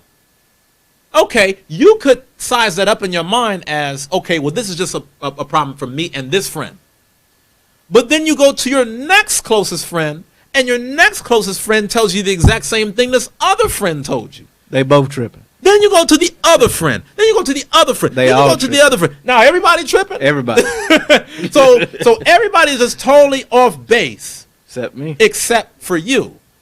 And then you wonder why you keep going through the situation over and over and over again. You wonder why people don't want to deal with you on a certain level. You wonder why people kind of guard themselves around you. You wonder why people don't bring you into certain circles. You have so much negative energy that comes along with who you are in terms of this destructive character that nobody wants to tolerate that, man. Like nobody wants to deal with that. But the Jake remedy. Well, you know what? If I just go to another city, then magically everything changes. That's the number one Negro solution in life. What? I'm broke and I'm in debt. You know what? It's the city's problem. Maybe if I go to another city, then magically my finances will be 100% picture perfect. That's right. You know what? It's not me that's the problem. Sure right. It's the city that's the problem. The one that everybody else is prospering. Right. And then you go to the other city, and you have the same issues because your character follows you. It does not matter what person you go to, what city you go to, what relationship you find yourself in. If the issue is ultimately yourself and your destructive nature, it will follow you everywhere you go until you make the decision to repent. Okay? So that is the third type of destroyer, the victim. The fourth type of destroyer is the emotional roller coaster. The reason why the Bible is always talking about us being renewed in the spirit of our mind is because our mind is a guard from our emotions, okay? Our mind is what is designed to help us keep our fleshly spirit in check, okay? Now, when it comes to the emotional roller coaster, the thing that makes it so volatile is you don't know whether this person is coming or going. So some days this person can be a builder, another day this person can be a destructor because they're a destroyer. Thank you again. Because they're being guided by their emotions. Okay, if my emotions tell me to be a builder today, I'm going to be a builder today. If my emotions tell me to be a destroyer today, then I guess I'm just going to be a destroyer because that's what I want to be. You see, you've got to be able to operate off of an even keel to say, you know what, even if my emotions want me to operate in one way or another, consciously, I'm pressing on towards the goal regardless of how I feel. Again, what was the first attribute about builders? Builders are selfless. They're denying their own emotion in pursuit of the goal. Okay? Now, how do the emotional roller coaster become destructive in other ways? Well, a lot of times when you're dealing with the emotional roller coaster, you have to be very guarded and careful around how you interact with them, because you have to walk on so many pins and needles. You don't know what's going to happen when. So you gotta, okay, you gotta tiptoe around the tulips. Okay, any little thing could throw them off. These are how things take place. Number 5, the drama king or drama queen. Every time you turn around, there's always some drama. Every time you turn around, there's always an issue. The reason is because drama follows them wherever they go. Okay? And you know what? Sometimes, and as Anaya, you love to talk about this, it's just a quick alley-oop.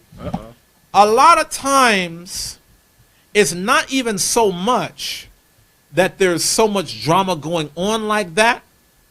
You are literally looking for the drama because you feed off of negative energy. You feed off of dramatic situations the same way that a crackhead would feed off of crack in order to get a high. People can be stress junkies. That's it. I'm glad you brought it up because I was thinking about it earlier, and it was going along with the victim when I was thinking about it. Right. Because that person just doesn't like things to be going well in life. Right. It's something about it, like things are just too good, I gotta mess it up. And so that stress junkie is a person that, when like in a healthy person's body, when everything's running the way it's supposed to run, you shouldn't need any drugs or anything like that. That should be your point of euphoria. Correct. But for the person who needs this high, if you will, in this case, when your body's running perfectly, that's when I need something. Correct. That's an imbalance in your mind then. Right. And when you have people like that, if you're the person that needs to be on a good level, you need to be at that nice equilibrium. When you're there, they're the opposite of you. And the moment you get to the good place in life, they want to go and take you to the bad place in life. And so it's a constant cycle of up and down, which is what we're talking about in the roller coaster as well. Right. and the thing about it is, that type of a person, that person can make drama come out of thin air the same way that David Copperfield could make a rabbit appear on his table. I was just about to call him. Like when there's no problem in sight, somehow it becomes a problem because you have to manifest a problem somewhere out of thin air. Like everybody's rejoicing. Everybody's having a good time, laughing, joking. Everything is good. But you just have to make a problem come out of thin air about the most pettiest and inconsequential thing. Because God forbid, you know what? We just wink at everything else. We just got to be dealing with some drama. We just got to be dealing with an issue. Drama king or drama queen. Drama follows them wherever they go. Very destructive in nature. You know what kind of person normally is the drama king or queen? The one that loves attention. Because someone else is in the midst of getting the attention, the light is on them, and they say, well, how do I steal the show? Okay, I can't charm this person. Right. I'm not the one that's supposed to be out in front right now, so I have to find a way to get the attention, and since I can't do it on a positive note, right, let me do it on a negative note. Right. And I'm glad you touched on that because you see a lot of that in Israel. Brothers in Israel will throw other men under the bus just as a marketing scheme to create relevancy. So, okay, you cannot stay relevant on your own strength. Bring it out. You just can't build, and just off the fruits of your building, you continue to level up and get somewhere. The only way that you can continue to elevate yourself upward is if you have to trample on your brother to get there. And that's another testament to people who have to examine themselves that feed off of that. Right. Because now you're the one that is entertained by the drama. So they know that if I put out some drama, I'm gonna get more attention. Right. Well, what does that say about Right, you? right. Yes, yes, yes. If I cut this brother's head off, ooh, I'm going to get 200 views. Ooh, look at me. If I talk ill of this man, ooh, I'm going to get 35 likes. Ooh, look at me. Pat on the back. Look at how great I am. And it's like, y'all don't see how destructive this is for us as a nation of people. Here it is. We have a common enemy that we have in the nation of Israel that we are warring against in order to get the kingdom. But we can't even stay focused on overcoming that enemy because we have to find ways to create infighting among ourselves. This is absolute foolishness, man. I guess they think it's the rap game and it's the Yeah. diss record. So if I do that, then it cause more sales. Yeah, like, damn. I'm like, okay, in the world I was boxing.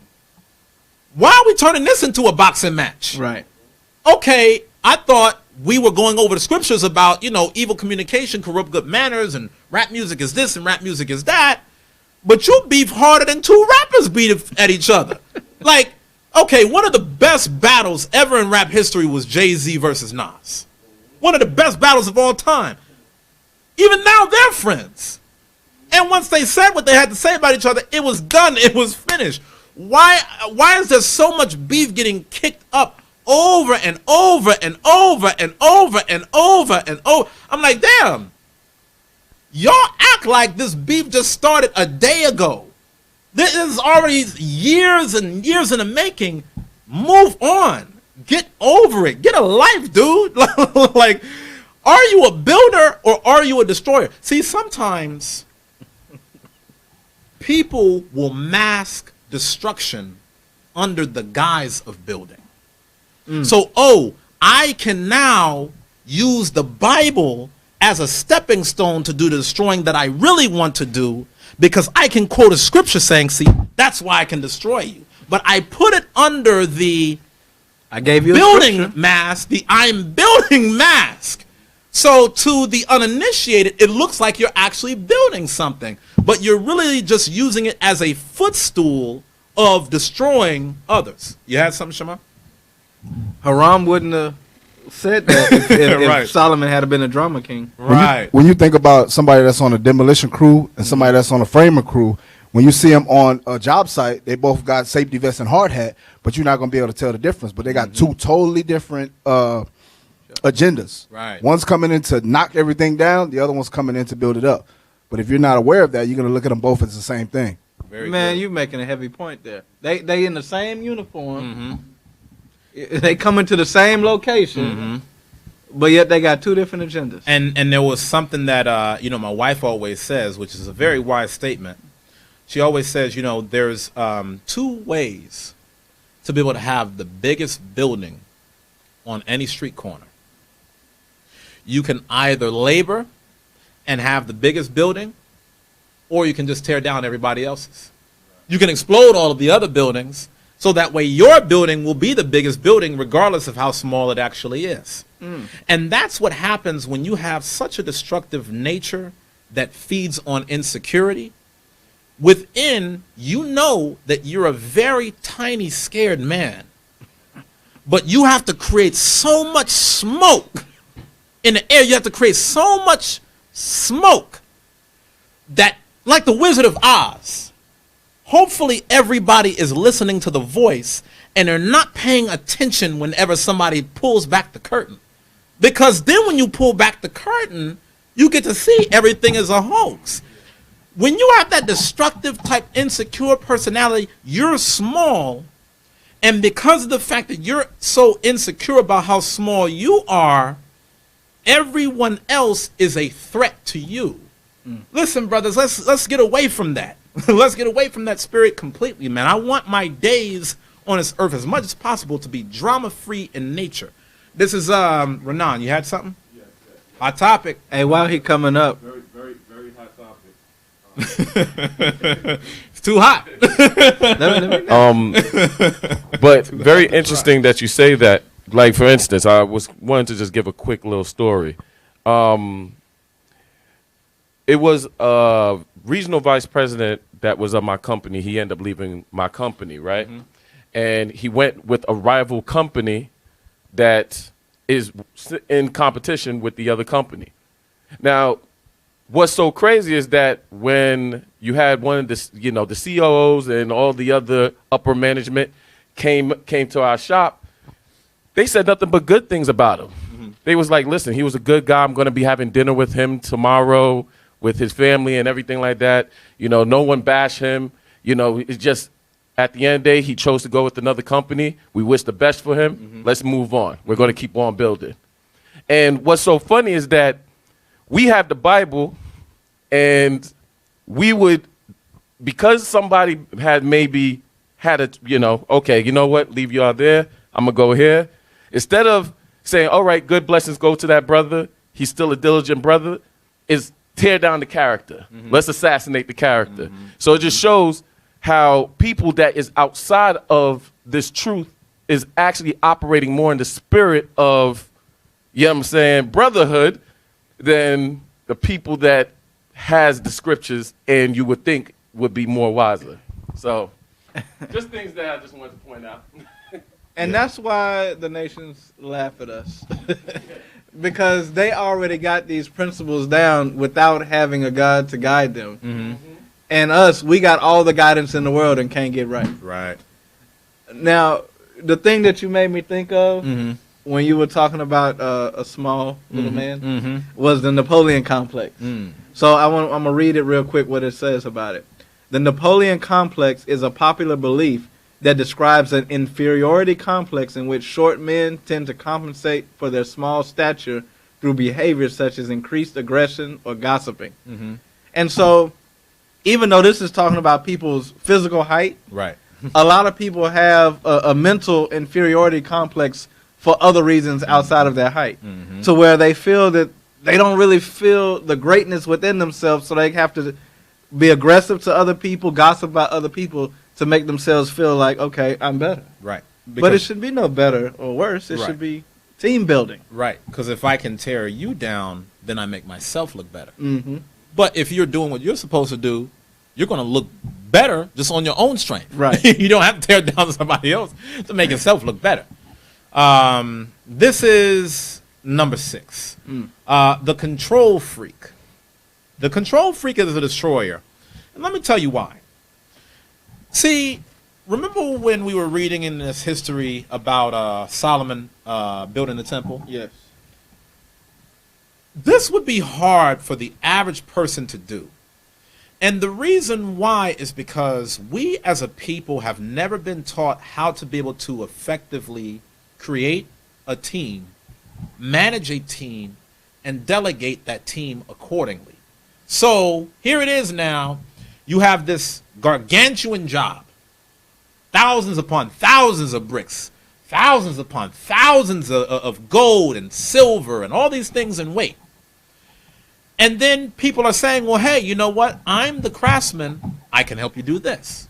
Hey, I'm the man that can help you do a door. I'm the mason. I can help, do all this. I'm the locksmith. I can help do all of these things.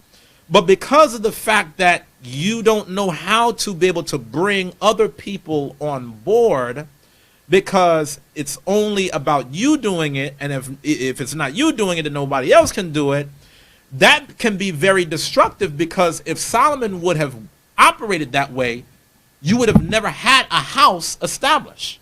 Some things in life you can't do as a one-man job, you see? So, I'm thinking about this. And again, these are things that the other nations understand. Rockefeller, a guy that during his time was 3 times richer than Jeff Bezos is in today's currency. He said, I would rather make 1% off of the efforts of 100 people than get 100% on my own strength. And it's no surprise that he was able to grow to such a massive level in his doings, because he understood, okay, I cannot just do this as one person. I have to be able to know how to delegate, okay? The control freak is a person that has to always fall on you. But you have to recognize that nothing great was ever built by one person. It's not a one-man show, okay? Another way that the control freak spirit can manifest itself is when you try to manipulate other people into doing things your way. So, just to give you a quick example, I remember when me and my wife got married, one of the first conversations that my father-in-law had with me was about getting a car. Now, here it is, my wife and I, we both have cars. At this time, both cars functioning properly, getting us from point A to point B, no problems, working AC unit, everything is good, A-okay. I'm going to this man's house, and he takes me on a drive around the block. You know, one of those that over and over again drive around the block? I'm on one of those missions because he's telling me about how his wonderful, lovely princess must deserve a brand new, state-of-the-art vehicle. And I'm like, sir, okay, you know, your daughter is great. She's lovely. She's beautiful. God's gift to the earth. But I'm not buying her no new car. I can't afford no new car. What I look like buying a brand new car, and I'm still trying to get by with what I got. And there were so many different maneuvers and ways on, I'm going to make you do this thing. I'm going to force you to do this thing. I don't care if you're trying to manage your money well. I don't care if both of your cars work. I don't care if my daughter herself doesn't want another car.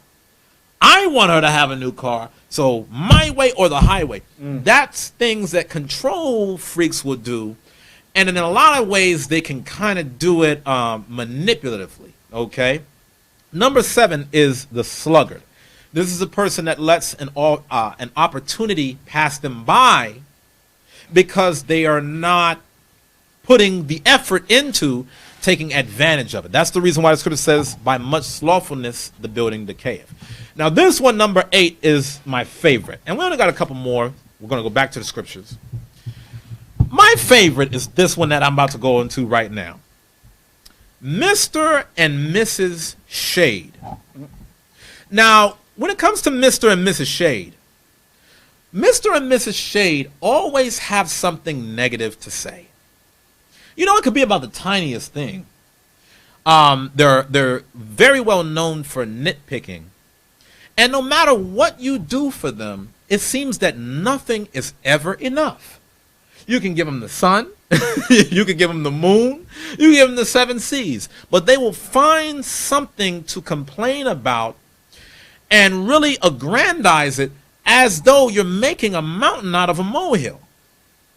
Mr. and Mrs. Shade happens to be friends with Peter, the passive-aggressive. The passive-aggressive person is that person where they kind of say or do something to kind of hint that there's a problem, but then when you ask them about it, they have nothing to say. Have you ever been in a situation like that? You know, like I'm gonna give you an example. Azaniah, give me this cup.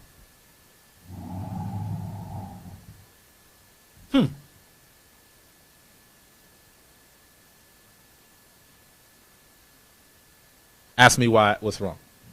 Uzziah, what's wrong? I gave you the cup like you asked. Oh, well, I mean, I'm cool. You know, who needs a drink anyway? You know, people die every day of starvation and, you know, dehydration. You know, everything's good. People die every day. I mean, I just gave you the cup. You know, I'm cool. It's like, what is wrong with you, bro? Like, okay, if there's an issue, speak to the issue. Don't act like there's an issue. And you know what? Somehow everybody else knows the issue except the person that actually passed you the cup. What is the issue? If the person is coming to you, okay, scriptures talk about Matthew 18. Scriptures talk about it's better to reprove than to be angry secretly. Mm-hmm. Why deal in such a passive-aggressive way where, okay, your facial appearance says, I have an issue. Mm-hmm. Your tone says, I have an issue. But once someone actually attempts to try to make right with you to overcome the issue, you in your destructive nature stops a reconciliation from happening. So now everybody has to just be at the mercy of seeing you there, just eyes grilled up. Nobody knows what's wrong. Nobody can help you. Nobody can fix it since you're not letting them. Peter, the passive aggressive, can be a very destructive person. And the reason why they can be a very destructive person is because that spirit can create a very subtle hostility among the body. You know what I mean? Where it's just, okay, the elephant is in a room. You don't know how to touch on it, but it's just there. But God forbid you do try to touch on it because it can't be touched. Okay? That's another spirit right there. All right? And sometimes whenever people are doing a lot of nitpicking like that, you know, because the Mr. and Mrs. Shade comes in different shapes and sizes, sometimes the reason why people are nitpicking is because of the fact that they are sleeper cells really doing other men's bidding. What I mean by that is, okay, a person can be around you physically, right? Mentally, spiritually, emotionally, they're trading notes on the side with another person behind closed doors who doesn't have your best interest at heart. But they're using the person on the inside as a cell to say, okay, go in here, look at every little thing that you can find. Did you see how this person said shalom? Yep, write that down. Yep, come in here. Did you see how, you know, when they said happy Sabbath, they didn't say happy Sabbath? You know what? Write that down and then call me about it. Or maybe record it so that way I could hear how they say it too. It's not a problem, but you make it like it's the end of the world type problem because you got somebody else that's amping you up on the outside, putting in your mind that it's a problem, and in your destructive nature, you want your problem to be my problem. But my problem ain't your problem.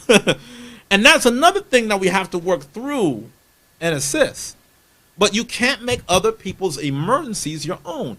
That's how you get caught up. Ninth person now. Sisters, I hope you're listening. The ninth person is the motor mouth. And sometimes this happens with brothers too, but you know, some people are a little more loquacious than others. All talking, no working. Or because of the fact that the scripture says, in a multitude of words wanteth not sin, your mouth always gets you in trouble. Because of the fact that you're speaking at so much length, you always find yourself in conflict with another person because you're talking at such a length that it's creating an issue. Best for you to not, you know, a lot of times, again, looking at other cultures, scripture says a man well-traveled knoweth many things. Moab actually understands this. That's the reason why you have like their philosophers like Confucius and Lao Tzu and those types of guys that would tell you the importance of being quiet. Even in a lot of times in Moabite culture, they're not as outgoing as you would see in American culture. That's why a lot of times you notice whenever their Asian kids comes and studies in America, a lot of times they're the quietest ones in the classroom. They're not cutting up like the baby kids y'all be doing in school. They're very quiet because they come from a culture that associates more talking with more conflict. And sometimes it has its gifts and curses associated with it. But this ninth type of person, because of the fact that you're always talking, your words get you into trouble. Last but not least, number 10. Go ahead. I feel like, you know, this needs just a little more time on the motor mouth. Okay. Because you make the statement about all talking and not working. And there are a lot of people that really think that the words that they're bringing forth are productive. Right. And to the point where they'll spend hours talking about work, but never got to the point of actually doing the work. Right. and a lot of times in the beginning of the conversation, it was already handled, but they got to keep reiterating, say it a couple of different ways. And I guess in their mind, sometimes it's to convince you of something that you don't even need to be convinced of. You was going to get it done anyway. Right. or they're covering up something, trying to make it look better for themselves than just doing the work and letting your actions speak would have done for you in the first place. Right. Very, very good point. Number 10, the frenemy. They say they're your friend in words, but their actions will show something different. Now, anybody can say anything with words. The scripture says every friend is a friend in name. But you're going to see who your friends truly are when certain things happen. Now, I'll say this. In any relationship, things can happen, right? You can always have a one-time mistake. But once you begin to notice a pattern within a person, that's up to you on how much you're paying attention to it. Their patterns will show if they're actually interested in building a relationship with you or if they are a destructive person in your life. Just pay attention. And sometimes when your intuition is talking to you, you got to listen. You know what I mean? And I'm going to go into that in a second. But let's get back to the scriptures. This is Ezra chapter 4. Ezra chapter 4 and verse 1. Okay? I don't want to lose where I'm at on that one, but we got a good amount of ground to cover. Ezra chapter 4 and verse 1. The book of Ezra, chapter 4, verse 1.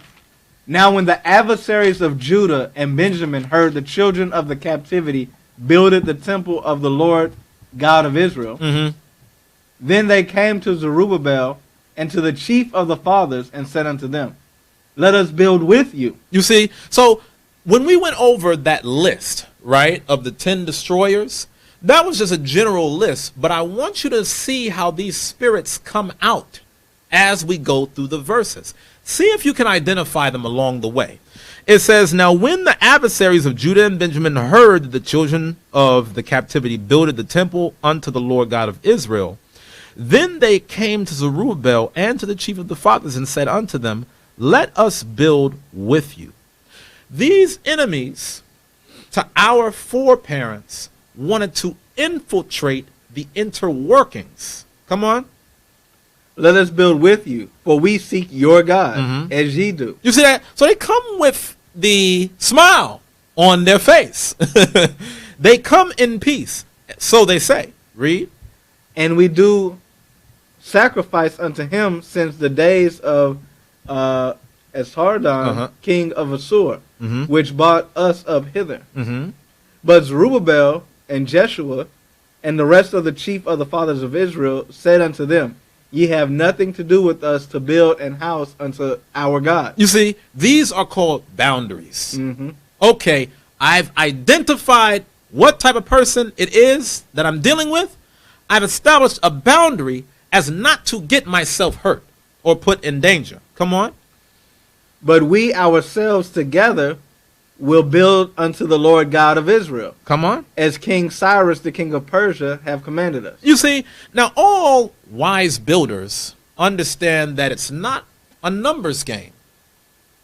Zerubbabel and these guys understood, okay, I'd rather have 50 brothers who are sincere building than 500 brothers that are going to turn this thing upside down. Not everybody needs to be in the process of labor. Come on. Verse 4. Then the people of the land weakened the hands of the people of Judah and troubled them in building. See that? Read. And hired counselors against them to frustrate their purpose. You see? So here's what happens. First, what the destroyer does is they trouble you and hinder you from building.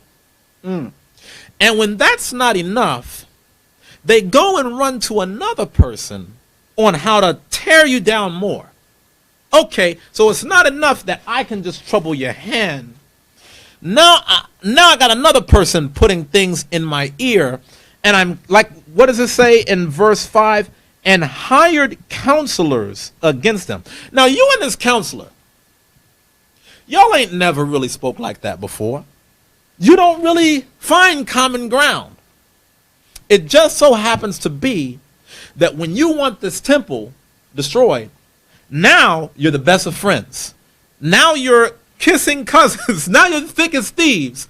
All because of the fact that you're conspiring together on how to hinder this vision from coming forth. I'll just say this about myself.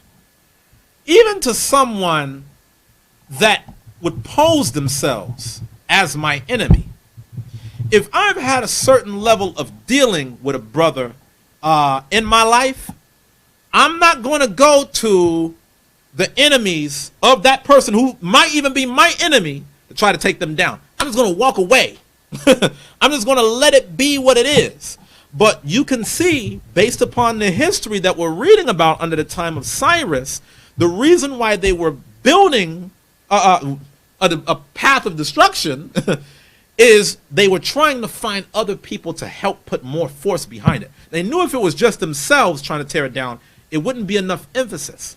So they try to get other people on board. They try to whisper in other people's ear, hey, did you see how he did that? You see what he said right there? You see what he did right there? Mm-hmm. Hey, this is what happened. I know you don't know the other side of this story, but I want to tell you my side. Here's what happened. Why did the brother do it? Oh, well, that's not important. Let me just tell you this part. That's all you need to know. You know, people use this ancient proverb, I guess, the enemy of my enemy is my friend. Right. The problem is that's not Proverbs of the Bible. Right. That's Proverbs of the 48 else. laws of power or something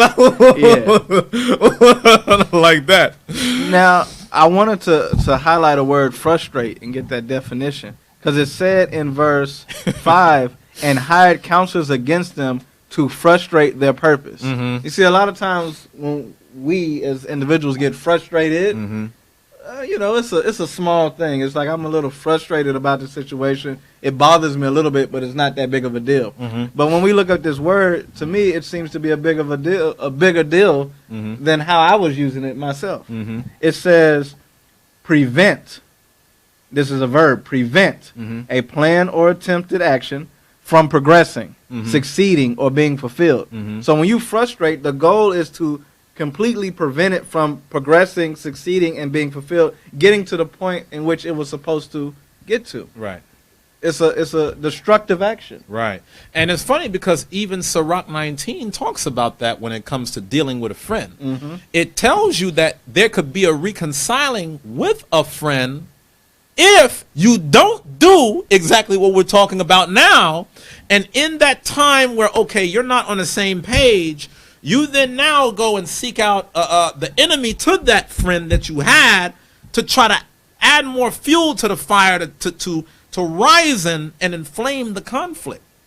These are situations where we look and say, okay, these are keys on how to build a relationship, or these are keys on how to destroy a relationship. Sometimes you might have built a relationship and you could get to a fork in the road, but it doesn't mean that the relation itself is destroyed. Just get back on a good foot and continue to build.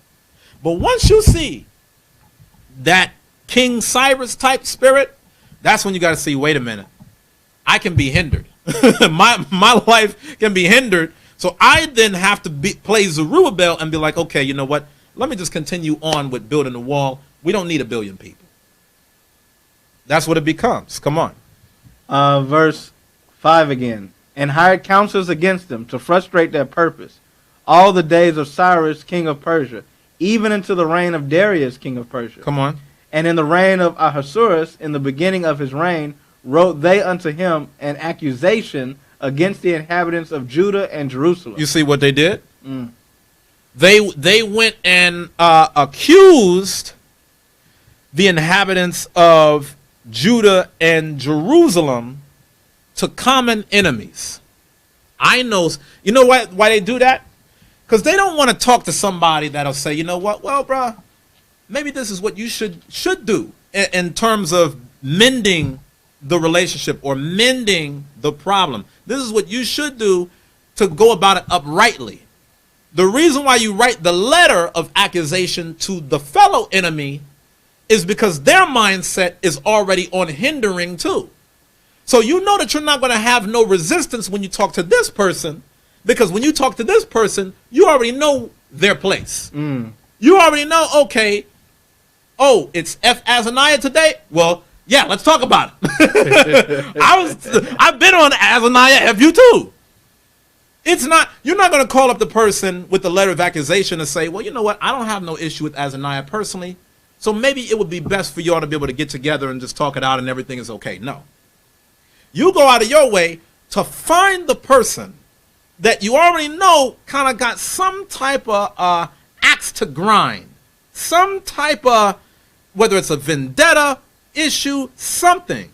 You, out of all the people on the earth, 7.7 billion people on the earth, out of all the people, you go to the one person that's already reputed as having an issue. And then you wonder why, okay, now when brothers build, okay, bro, we're just going to build. Okay, we're just going to continue on. This is not builders and destroyers.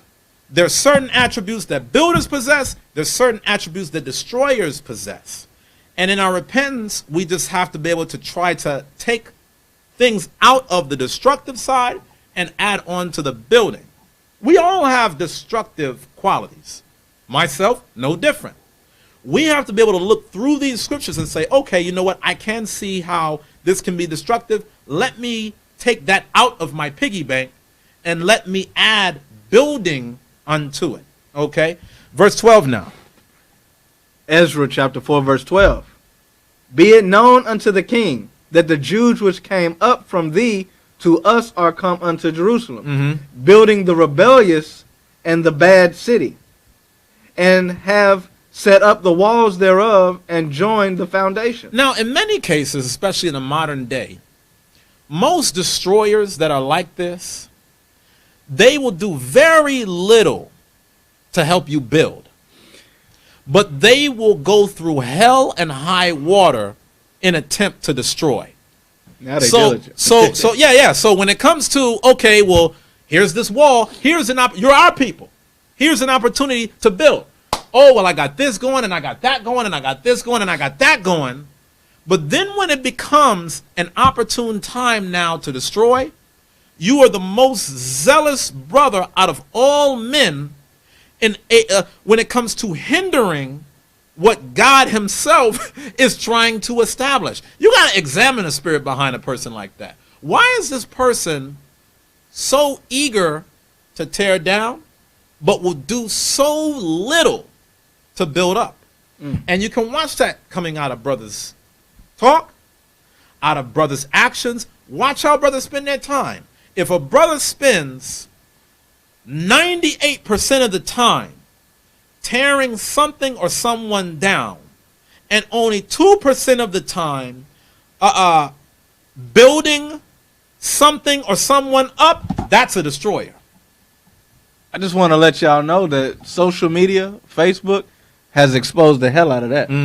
Because you know that there are people that you're around. You're like, I thought this brother ain't had no time to do no work. Right. But yet their social media timeline is lit up with the drama.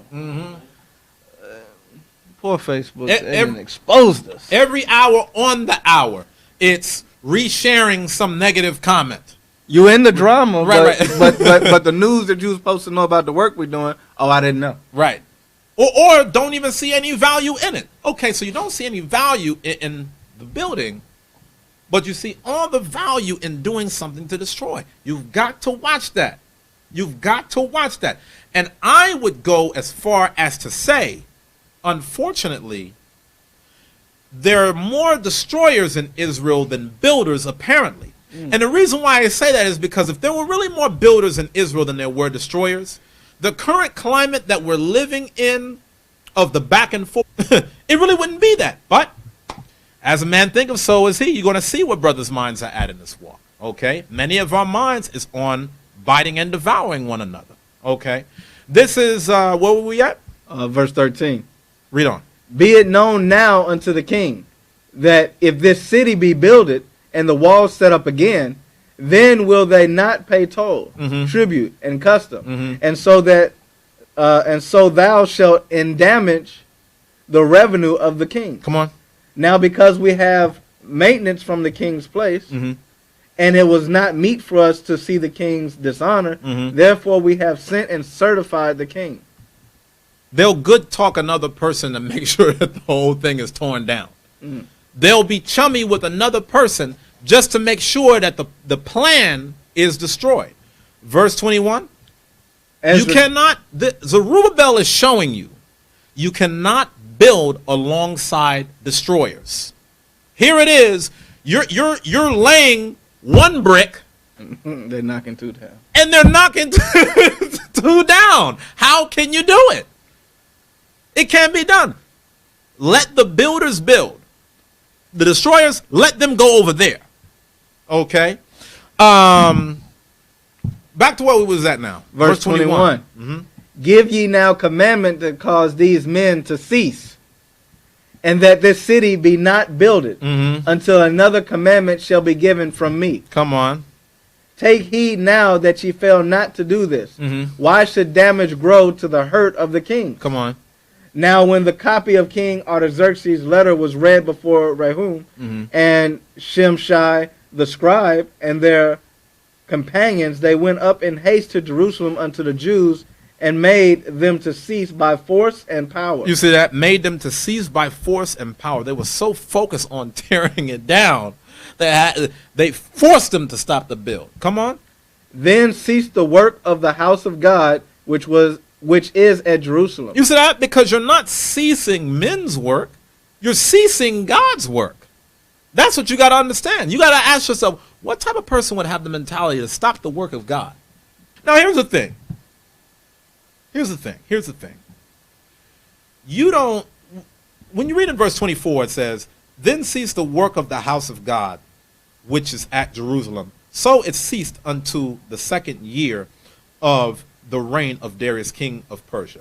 That was just a temporary hiccup in terms of what these enemies tried to do against the building of this temple.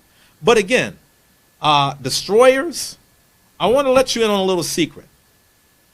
You don't have to try to hinder anything that somebody else is trying to build, because the scripture says, unless the Lord buildeth the house, the laborers labor in vain.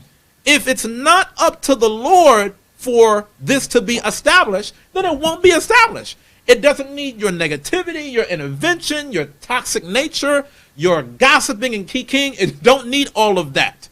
If it's not going to happen, it's not going to happen. We're not, listen, man, we're not here for back and forth contention.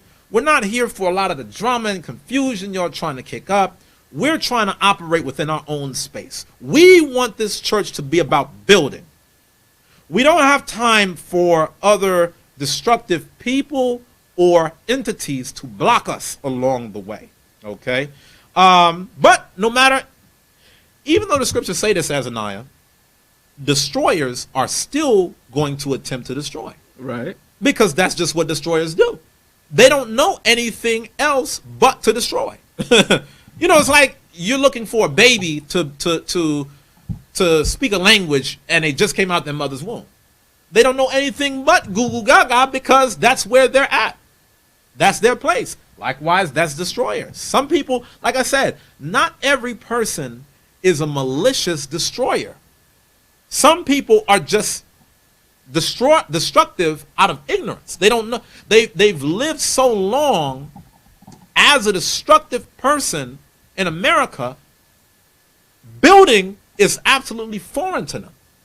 So to that, we pray for them, but we still keep our distance. All right. Let's go to Ezra 5 now. Ezra 5. We're only going to go through a little bit more. I'm trying to get as far as I can get before we bring it to a close, and then we'll pick back up on part 2. Ezra chapter 5 and verse 1. The book of Ezra chapter 5 verse 1. Come on. Then the prophets, Haggai the prophet and Zechariah the son of Iddo, prophesied unto the Jews that were in Judah and Jerusalem in the name of God, in the name of the God of Israel, even unto them. Then rose up Zerubbabel the son of Shealtiel, and Jeshua the son of Jozadak, and began to build the house of God, which is at Jerusalem. And with them were the prophets of God helping them. At the same time came to them Tantnai, governor of the side of the river, and Shethar-Bonziah, and their companions, and said thus unto them, who have commanded you to build this house and to make up this wall? Come on. Then said we unto them after this manner, what are the names of the men that make this building? Who's behind building this wall? Come on. But the eye of their God was upon the elders of the Jews, that they could not. That if God wants it to be established, you won't be able to stop it. And the prophets helped with the building, and God continued to help them build. Now, you know, one of the things that Uzziah just made mention of is something that I've thought about many times, is a lot of times we make a bigger enemy out of our own people than we do of the 17 other nations that are taking crafty counsel against us. And what we tend to find is the Lord will move the hearts of various people to make sure that his prophecy is fulfilled. It could be the other nations. It could be people within your own nation, but you never know how God is going to end up moving something just to make sure he gets his point over. And one of the things that was, I'm going to go back and read this other verse again real quick. In Acts chapter 5, verse 38 and 39, it says, Acts chapter 5, verse 38, and now I say unto you, refrain from these men and let them alone. For if this counsel or this work be of men, it will come to naught. See, a lot of people say that and know that and quote that it will come to naught, but then they still put the effort into bringing it to naught themselves, meaning they don't trust and believe that God will bring it to naught. So then the next verse says, but if it be of God, ye cannot overthrow it, lest haply ye be found even to fight against God. So what it ends up becoming is, when you're trying to do God's job and destroy whatever you're trying to destroy as a destroyer, you're doing work against God. Because God was like, I got it, but then you're trying to intervene. Correct. And deal with it yourself. So it's either one or two things that's happening. Correct. Either it was of God, and God was not going to destroy it, so you thought you could take matters in your own hands and fight against it, or you just don't believe the scriptures that you quote half the time, and you're not thinking that God is going to do his job. Well said. Now, I want to say something before we close this out. We have a little bit of a sequence to go through in closing. This is a very important discussion to go into. We're bringing this out for a reason. And, this class, there's no way we could touch on a class of this magnitude in just one day.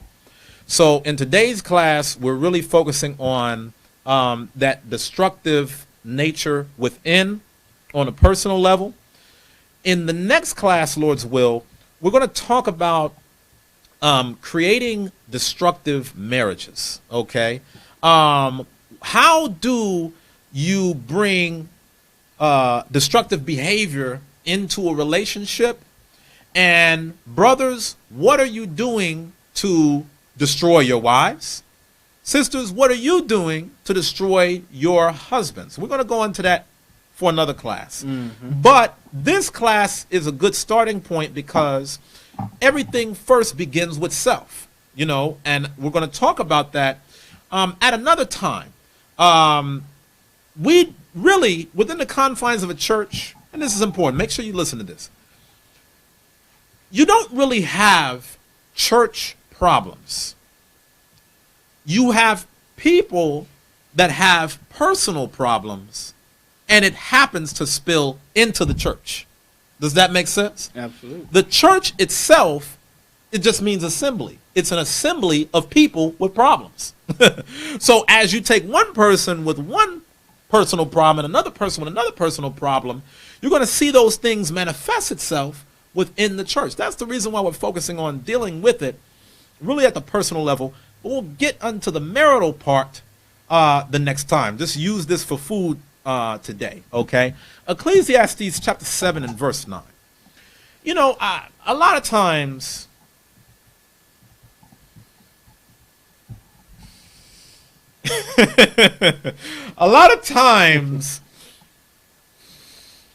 report will be given about people's destructive ways. Uzziah, this person is doing this. Uzziah, this person is doing that. And as good as that may be, to have insight into the destructive behavior, because you do have to stand guard for it, like how the scriptures say, there also has to be a stopping point where you shut down the destructive person yourself. There has to be a point where you kind of barricade yourself from even taking in that negative energy, just so that way it doesn't give more life to a situation. This is Ecclesiastes chapter 7 and verse 19. I want you to read that. Ecclesiastes chapter 7 verse 19. Wisdom strengtheneth the wise man more than 10 mighty men which are in the city. You see that? Wisdom strengtheneth the wise more than 10 mighty men which are in the city. See that? So prudence, understanding, sagacity, those are more powerful elements in one person than having 10 mighty men to build something. The building starts from within. That's where the real building begins. Not just, okay, you fold up a flyer. That's something that you can do off of a physical work, a physical means. Everything in the mind of one person can be more positive or negative than that of the physical labors of 20 people. The wise, it said what? Wisdom strengtheneth the wise more than 10 mighty men which are in the city. Come on. For there is not a just man upon earth that doeth good and sinneth not. You see that? We all have a certain measure of positive and destructive ways. Come on. Verse 21. Also take no heed unto all the words that are spoken. Now notice this. When it comes to the destroyer, when it comes to dealing with destructive people, I'm like, blatantly, you know this person is a destroyer. We're not talking about somebody, okay, you don't know or you're not sure about where this person stands.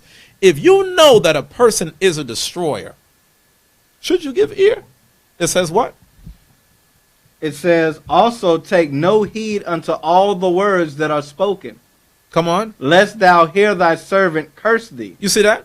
Don't give ear to it. Don't give ear to it at all. The verse is telling you not to entertain everyone's conversation. And, you know, sometimes that can be very hard for us to do, especially if, you know, your struggle is you're that drama king or that drama queen. Because the drama king or that drama queen or king must know, okay, this is the latest gossip or this is the latest, okay, fight. The scripture is telling you, it says, also take no heed unto all the words that are spoken, lest thou hear thy servant curse thee. Now let's go to Galatians chapter 2 real quick. You know, and a lot of times, it's not just the drama king or queen that gets caught up in that. It's the well-intentioned brother or sister that leaves themselves open for the energy vampire. Remember how we talked about that earlier? It says that the energy vampire preys upon the person that they know has a listening ear. So now, even if you're the well-intentioned person that has that that ear available, the scripture is telling you, don't listen to everybody like that. Don't give ear to all of that, because sometime, again, if you give ear to 5 destructive people, you can likely be the 6th. Go ahead. Galatians. Or people have to be cautioned by you because there's such a inner circle of destructive people. You're like, man, even if this person himself ain't a destroyer, I could get destroyed just because this person deals with other destructive persons. You see what I'm saying? Like that's the reason why the scriptures say things like a little leaven leaveneth the whole lump. Just be careful. This is Galatians chapter 2 and verse 4. Galatians chapter 2 and verse 4. Mm-hmm. And that because of false brethren unawares brought in, Because you will have that in every church congregation, false brothers unaware brought in, read, who came in privily to spy out our liberty which we have in Christ Jesus. they're not there to help support. They're only there to criticize or to be able to have a word to go and then give to another person. That's a false brother, because a true brother is going to go about things in a particular type of a way. See, a true brother is not going to be the brother that, okay, for every little problem, it now becomes an issue or a nightmare. A real brother, okay, if they see that as an issue, they're going to roll their sleeves up and fix it themselves. Mm-hmm. Or they're going to go to the person that has the ability to fix it, not the person of the person of the person that knows the person that has the ability to fix it. They're going to go directly to the source. Go ahead. That they might bring us into Sometimes bondage. they don't want the issue to be fixed because they need an opportunity to destroy. Go ahead. Verse 5. To whom we gave place by subjection. No, not for an hour. You see that? Paul said when it came to the destroyers that came in amongst us, I wasn't giving those guys no space. I wasn't letting them talk on the phone with me for a 1 hour, 2 hour, 3 hour, 4 hour, 5 hour. Yes, tell me more about your path of destruction. Yes, tell me more about how to, okay, it's sounding good. Yeah. They didn't give space to it for how long? For an hour. They didn't give space to it for an hour. Okay, bruh. Your destroyer, if your issue is real, go there. Don't come to me on nothing. Go there. Why come to me? And sometimes, you know, that there's a common saying in life, or a principle that I live by.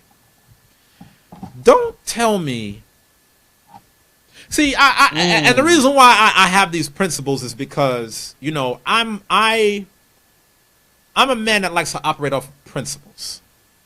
You know, sometimes we call this rules. Sometimes we call this the code.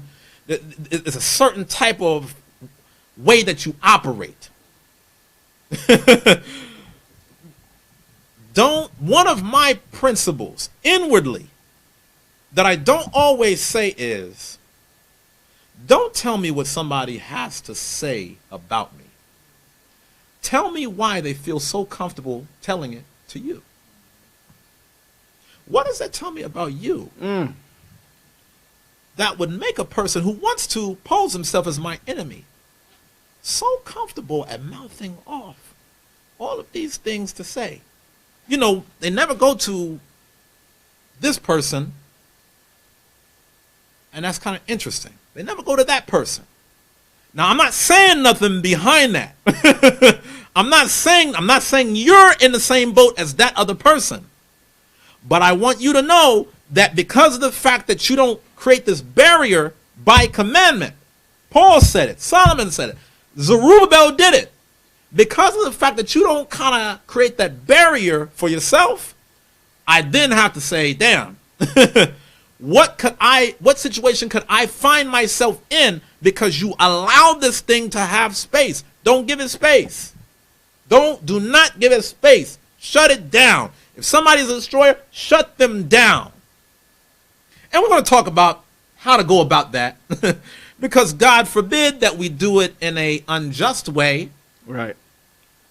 We definitely wouldn't want to do it patterning ourselves after the manners of others in times past. You follow me? It says that we didn't give space to it. No, not for an hour. Okay, that didn't stem from a previous organization. That stemmed from the Holy Bible. We didn't give space to it for an hour. Go ahead. That the truth of the gospel might continue with you. The reason why they didn't give space to it is because Paul understood that giving space to it could hinder the building. Here, okay, Here it is, I'm building, right? I'm building a brick.